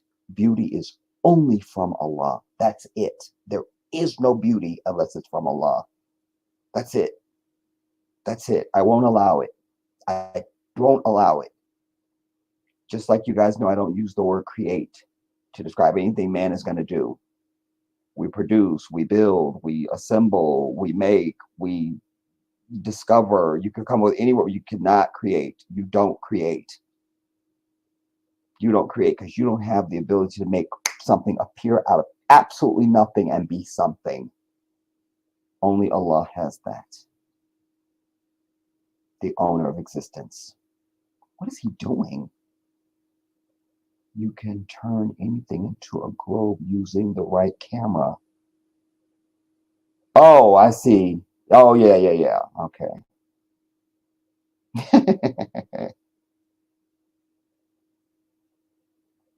That's what we're saying. You see, and this is what the Quran describes. So that's why I'm like, how do you get an eclipse out of this? Where do you get an eclipse? Where do you have to be behind the moon to see it go in front of the sun? Like, how? No. And why wouldn't it be seen by all of humanity? Like, I can't do it. Look, the sun is 93 million miles away. They're being sarcastic. Like, give me a break. It's clearly right here in our local atmosphere, under the firmament with the rest of us. This really hurt my feelings, y'all, because I told you my father worked on the space shuttle program. He worked on Columbia and Challenger. And you ever need a question answered about the space shuttle, you call the Jedi. I am the dude. And so just that some of this was just not real. And I've seen it land many times. I've seen this. I've touched the space shuttle myself. I just, man, I'm really jacked up. I'm jacked up. Anyways, so we will land, everybody. And I'll probably be back tomorrow because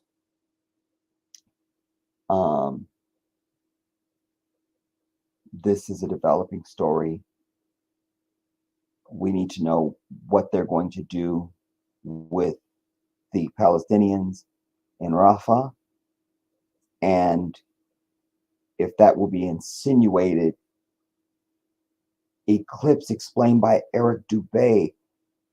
How many minutes? Oh no, we're not going to see it. It's 10 minutes. On the basis of a flat, stationary Earth with equal precision as anyone living today. Wait. Anyway, the fact of the matter, however, is that eclipses on Israel shit, because I need to see death and destruction from their bitch ass. I do. I need to. I'm from that school, you know. Growing up in Chicago, you know, like when you know, just it was custom. Just not just me and my siblings. My older siblings, I would see them do this. You saw friends do it. Everybody you knew did this. Like when somebody did something, you got your lick in. That's what you get. You saw, and you felt good. Not like, oh, you don't want to do to them what they did to you. No, you get their ass. You know. So I need that. I do.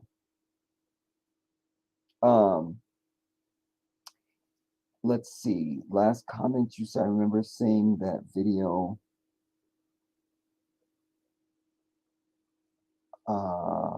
A few years ago about those people having an end time clock, righteous. Another shout out to you, J9. Our peers say the rainbow hit the dome so curved. And not only that, our peers, but you notice when the space shuttle and everything else in this bitch takes off from Cape Canaveral, it goes up and then starts going over. They never just go straight up. Never understand. We don't understand. Righteous. This is definitely I read that. I read Son. Righteous. Can I link in just to say good night? Can I link in just to say good night? Yeah, if you want to.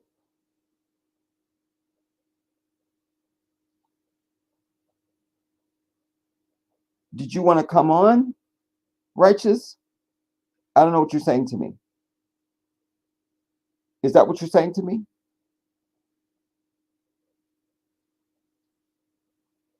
Talk to me, Righteous. And then RP says, thank you, Jedi. You're welcome.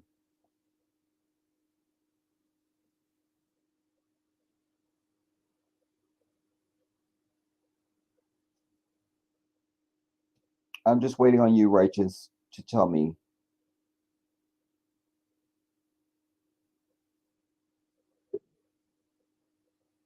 There you are.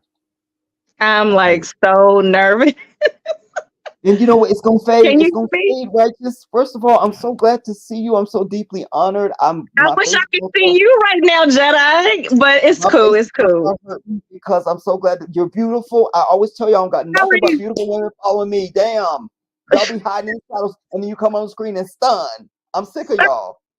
No, I was at work. That's the only reason. Like, I try to keep it together because I was at work. So, but I just wanted to say hello. I didn't want to be one of the ones you're upset with. That's number one. Okay. Back in the wheel. I'm gonna put you back in the wheel. You I feel me? appreciate that. I'm gonna go ahead because I'd already told the lawyers. You feel me? They was You already know, on it. but So that's Monday what's they're up. gonna be back on the wheel. That's Matter of what's fact, up. I'm gonna call them. They're gonna work tomorrow and stuff. I appreciate that. That's what's up. But yeah, I just wanted to say hello. And I felt bad because when the other lady was on, I guess Lisa, Yeah. and she was a veteran, and I wanted to like jump in, but it was the end of my shift, so I had a lot going on. I was like, oh my God, this would have been perfect. It would have So been. I didn't know you was a veteran, and I'm finding out she's a veteran. I mean, both I was in the army. Like, what's up? You feel yeah, me? I love that yeah. so much. Can you believe it? I can't even believe it. But yeah, in I'm another glad life. you're in this leap also, Righteous, because you did it tonight. Now you'll do it again next time, inshallah. Right. You did it Right. now. I You mean, feel it's me? a lot to get on camera. Like, It is. no, this is a And lot. you also So have the benefit of the next time I'll be on camera like I usually am. okay, that's what's So up. just like she was a trooper tonight, Lisa was up there by herself. She was. You understand? She For a was whole not trying to hour. be Miss Like, yo, who America. does She that? was not trying to be anything but just Lisa. What? That's our Right. sister. That's Right. it. We saw Right. her genuine Fact. humanity, who she is. Like that's everything to me. Right. Yeah. Because I'm But so transparent with you guys. What you see is exactly what you get. That's it. I try to be an right. example of what I want you to be in life. Right. Take something Right. from the Jedi. Well, we appreciate you, Jedi, just so you know that. Like, you're my favorite channel. So, and every time you jump on and I get on here, I ignore everybody in the house. And then my boyfriend be upset with me, like, oh, you on YouTube with your boyfriend. Like, okay. Like, you don't even matter right now because the Jedi is speaking. Okay. The ceremony is happening this summer anyway. So, I mean, that's already done. And so, another thing, another thing though, Jedi, because I had a passport like years ago. It expired. So me and my son, I just went out and got him and I a passport recently. So I really do want to go to Africa. I mean, that's one of the locations I need to travel to. I would love to see it in person, like myself. I want to go there. So whenever you get back, just know that I might be taking a trip sooner or later. And as I've always to the said, Gambia. my door will always be open. You won't be like I had to be. Well, I didn't have to be because luckily my brothers had me. Right. But you come to where I'm at. That's it. Right. You don't have Right. to think about nothing. I appreciate that. I know what stuff is. I have ground game now. Just come on. Okay. Damn. And Trust I've me. always made sure that I have a place that's big enough for people to come. You feel me? Yeah. So I can't wait for that. That's in the plans, hopefully. But yeah, definitely. So That's everything. yeah. You know, that's the first step, and you gotta have that to get out this bitch. And so I'm so pleased. Bad. I got MREs. I don't know if you know what MREs are, but when she was talking, I like when the shit hits the fan, I gotta have like a stockpile of stuff. Like I got meal ready to eat. Like anybody who's been in the military know what I'm talking about. I got my MREs. I got like a water container. Like, and I'm getting my passport just in case I got to get up out of here because it is getting crazy. It's getting crazy. And you need to be able to move freely throughout the world to whatever pops off, you just need to be able to move out, because it's getting crazy, like facts. And our best bet is Africa, if you think about it, because Africa don't have no enemies. Right. Trying to control it. Africa ain't attack nobody. It ain't mad at nobody. It should be mad at a bunch of people. Now, I will say the only thing about Africa that we don't have nuclear arms. They don't have nuclear arms. They just don't, but they should. But they're trying to understand that. Like y'all need to get some damn nuclear arms in this piece. You know, Mumba, he's been preaching that. In fact, I brought it one night in one of my clips that he was saying Africa needs to have need to have nuclear weapons. So we're gonna, to be able to defend our shit. I was gonna bring you guys a piece on the Congo tonight. I'm not gonna do it. But I'll show that piece tomorrow, inshallah. But it was just a little reminder of what's going on in the Congo. They're out there literally digging they found even more deposits of cobalt, and they're out there digging hands. This stuff is radio. It's a whole thing, man. I can't even do it. But it's time to rise up. Like I said, it really does feel like we're in a new time. Like it feels like it. So, I mean, for everybody that's on board with this time right now, everybody else that's still in that old mindset, want to be up under white supremacy, doesn't have a problem with it, like they're left behind. That's how I look at it. Like we're trying to move forward. We got to get up out of this thing because it's just, I'm over it. We're all over it. Completely. And that's why we got to have our like-minded individuals. We're not going to get everybody, and we got to separate the weeds from the grass. That part. We got to divorce ourselves of our people that aren't on this vibration because they're just going to be dead weight. They are now. Right. You're going to have to, because think about it, the boat is going down. You on a cruise ship, you was just luxuriating 5 minutes ago. Now we're going down. Right. You start drawing ranks very quickly. Even grandmama, she's in her wheelchair, it's a motorized wheelchair. We want to get grandma. We can't now. That part. I mean, that's what it is. That's what it's been all about. And we're at that moment. We're at that time. So it is what it is, though. So gotta be strong, gotta be united. It's a lot. Sandra is saying she says I got my passport November 4th. Yeah. Good. That's what you need to do. Everybody, that's what we need to do. I was waiting and I was putting it off. I said, I gotta just up and do it. I gotta get it back. So definitely. And you feel a certain carte blanche when you get it. Like, boom, I got a passport. What? Right. You don't need no real ID. Right. Yeah. And I like to move around. I love to travel. Like I love it. And so it's time to get back on that cycle and just do what I need to do and move about. So that's what the plan is, definitely. And my son's father's Jamaican, so I've never been to Jamaica. Okay. So I gotta take a trip there too, to the Caribbean. Well, when you come to the Gambia, that's like second Jamaica. Okay. Because there's a huge Jamaican population there because they have claimed they've done their research and they are all convinced that's where they're from. Huge Jamaican population in Gambia. Also, there's an island off of Gambia that they go to where they grow and smoke their weed. Okay. Okay. Very much. It's a whole story behind that, though, right? Just there's a real connection there that they've made for years now. Like we're African, and this is where we are. It's a huge population of Jamaicans in Gambia. Okay, that's what's up. I'm gonna be there soon. Okay. But yeah. And then wait, before I get off of here, I got a question because I was wondering when Lisa was on if we can do 3 at a time or 4 at a time. Like if we all a bunch of us wanted to jump on here. We could do multiples. Do you know? Huh? We could do multiples. I think we get up to I think on this one we get 6. Okay, that's what's up. Because I was curious. Okay. All right, that's what's up. And maybe I'm glad you bring that, right? Just because maybe other people were thinking that, somebody's up there, I can't be up there. They think they got to be up there by themselves. Right. No. Okay. We will have a group at some point.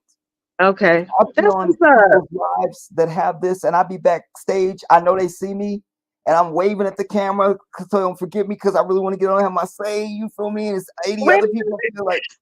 That'll be fun though. That should be fun if we all get a little group together, okay? Have a little cocktails, be sipping and talking shit. Damn. Ask Terrence. Terrence was on the other night. Was you on when Terrence was on? I was. I saw him on there. Yep, I did. On my Skype sessions, dude. When we used to have our Skype sessions, we just okay. I'm telling you, man. Yeah, girl. Yeah, that should be good. So I'm looking forward to that. That'll be nice. It saves me typing. It saves y'all typing. You can just say it and we talk. You That's know, true. it's so much better. You just got to get over your nerves, everybody, because it is a lot to get on camera, but Yeah, it's not too bad. It's not too bad. yeah. But Even me, anyway, the first time I went live, what was nerve-wracking about it for me is because I didn't know what I'm in control of. Who was okay, seeing me? How are they seeing me? What are they saying? What right, it was just right. too unknown. I'm at my house and y'all like what? So I got over that. Yeah. You got I to got get over used to hearing yourself too. Like it's weird to hear yourself. It's weird. indeed. But anyway, whatever. Yes, You I'm know. country, so y'all can hear it. But it's okay. It's okay. But Where that's you at what's again, up. Rich? Huh? Where you at again? So you had mentioned a while ago that you had went to Roanoke, Virginia, right? Yeah, So anyway, I don't know if you've heard of Lynchburg, Virginia. I have. And we got the big Liberty University here, that big Christian Yeah, university. yeah. I'm right there. That's where I'm at. I'm here. I'm in Lynchburg. Wow. Yeah. Like so Roanoke is about a 50-minute drive, give or Okay. take. But Yeah, yeah, yeah, yeah. I'm in Virginia. Wow. Yeah. Man, yeah, I was there in 2015, I think, 14 or 15. I was there because Okay. my buddy Henry was up in the VA hospital up there, and he ended up passing later that Salem. year. Okay, yeah. The Salem VA. Okay. I Yeah, and I got you. had snow up to. I still have pictures of snow up to my belly button. Yeah. I have the pictures. But Thanks. yeah, I've Yeah. been there. I've been Yeah. there. I've been there. Thank you so much, Righteous. This was a Of treat of the day. course. Anything for the Jedi. I Okay. appreciate you, Queen. Like We you, love you. We I love you, love you okay? more. Just know that. Definitely. Thank But you I just so much. wanted to come on and say hello. My cheeks are And we'll hurting do because this I'm grinning the whole again. time we're talking. I'm just sitting here grinning, like seeing you. Because, like I said, I don't see you guys. Right. So when I see you, I'm just grinning from ear to ear. I can't see you, but it's okay. It's okay. I'll get over it. I'll be all right. But it's cool. But anywho, next time. Yes, Okay. yes. Yeah, because I'm never not You on. Like, this is so weird for me. Like, I don't do this. Y'all know that. right. But I I don't love do to go this. What live. you mean? I don't do this. Yeah. I don't do FaceTime. I don't do none of that. So yeah, it's different, but it's I cool. appreciate your It's not too bravery. bad. I appreciate your But bravery. anywho, well, I'm gonna get off of this thing. I just wanted to say, hello, goodbye, and everything. So But beautiful, Righteous. You're just yeah, beautiful, it's not girl. too bad, Radiant. y'all. That So, melanin is just doing its glow thing. Beautiful smile. You're oh, killing thank it, girl. you. Killing it. Okay, that's enough. Okay. All right. With you. But anywho, I appreciate that. But I'm gonna let you go because everybody tired, Yeah, I'm gonna land us. And I'm about to get in the shower, like what I do. That's what I do. So, anywho, y'all have a good evening. All right. I I'll love you. holler. I love you too. Love you more. I'll talk to y'all. All right now. How do we get off of this thing? I'll get you. Thank you again for that, Righteous. All right, so we're gonna land there, everybody. So, like I say, I'll be back tomorrow, God willing, inshallah. And there will be some update of some kind on this hopefully a strike on Israel's shit. So we'll see. I want to say thank you to everybody that came. Lisa, another shout out to you. If you're either still watching or if you see this later, another shout out to you.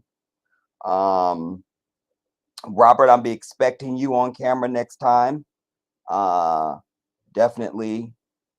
And the rest of you guys, just do it. Both of these sisters came up tonight when I'm not even on camera, so that was a big step.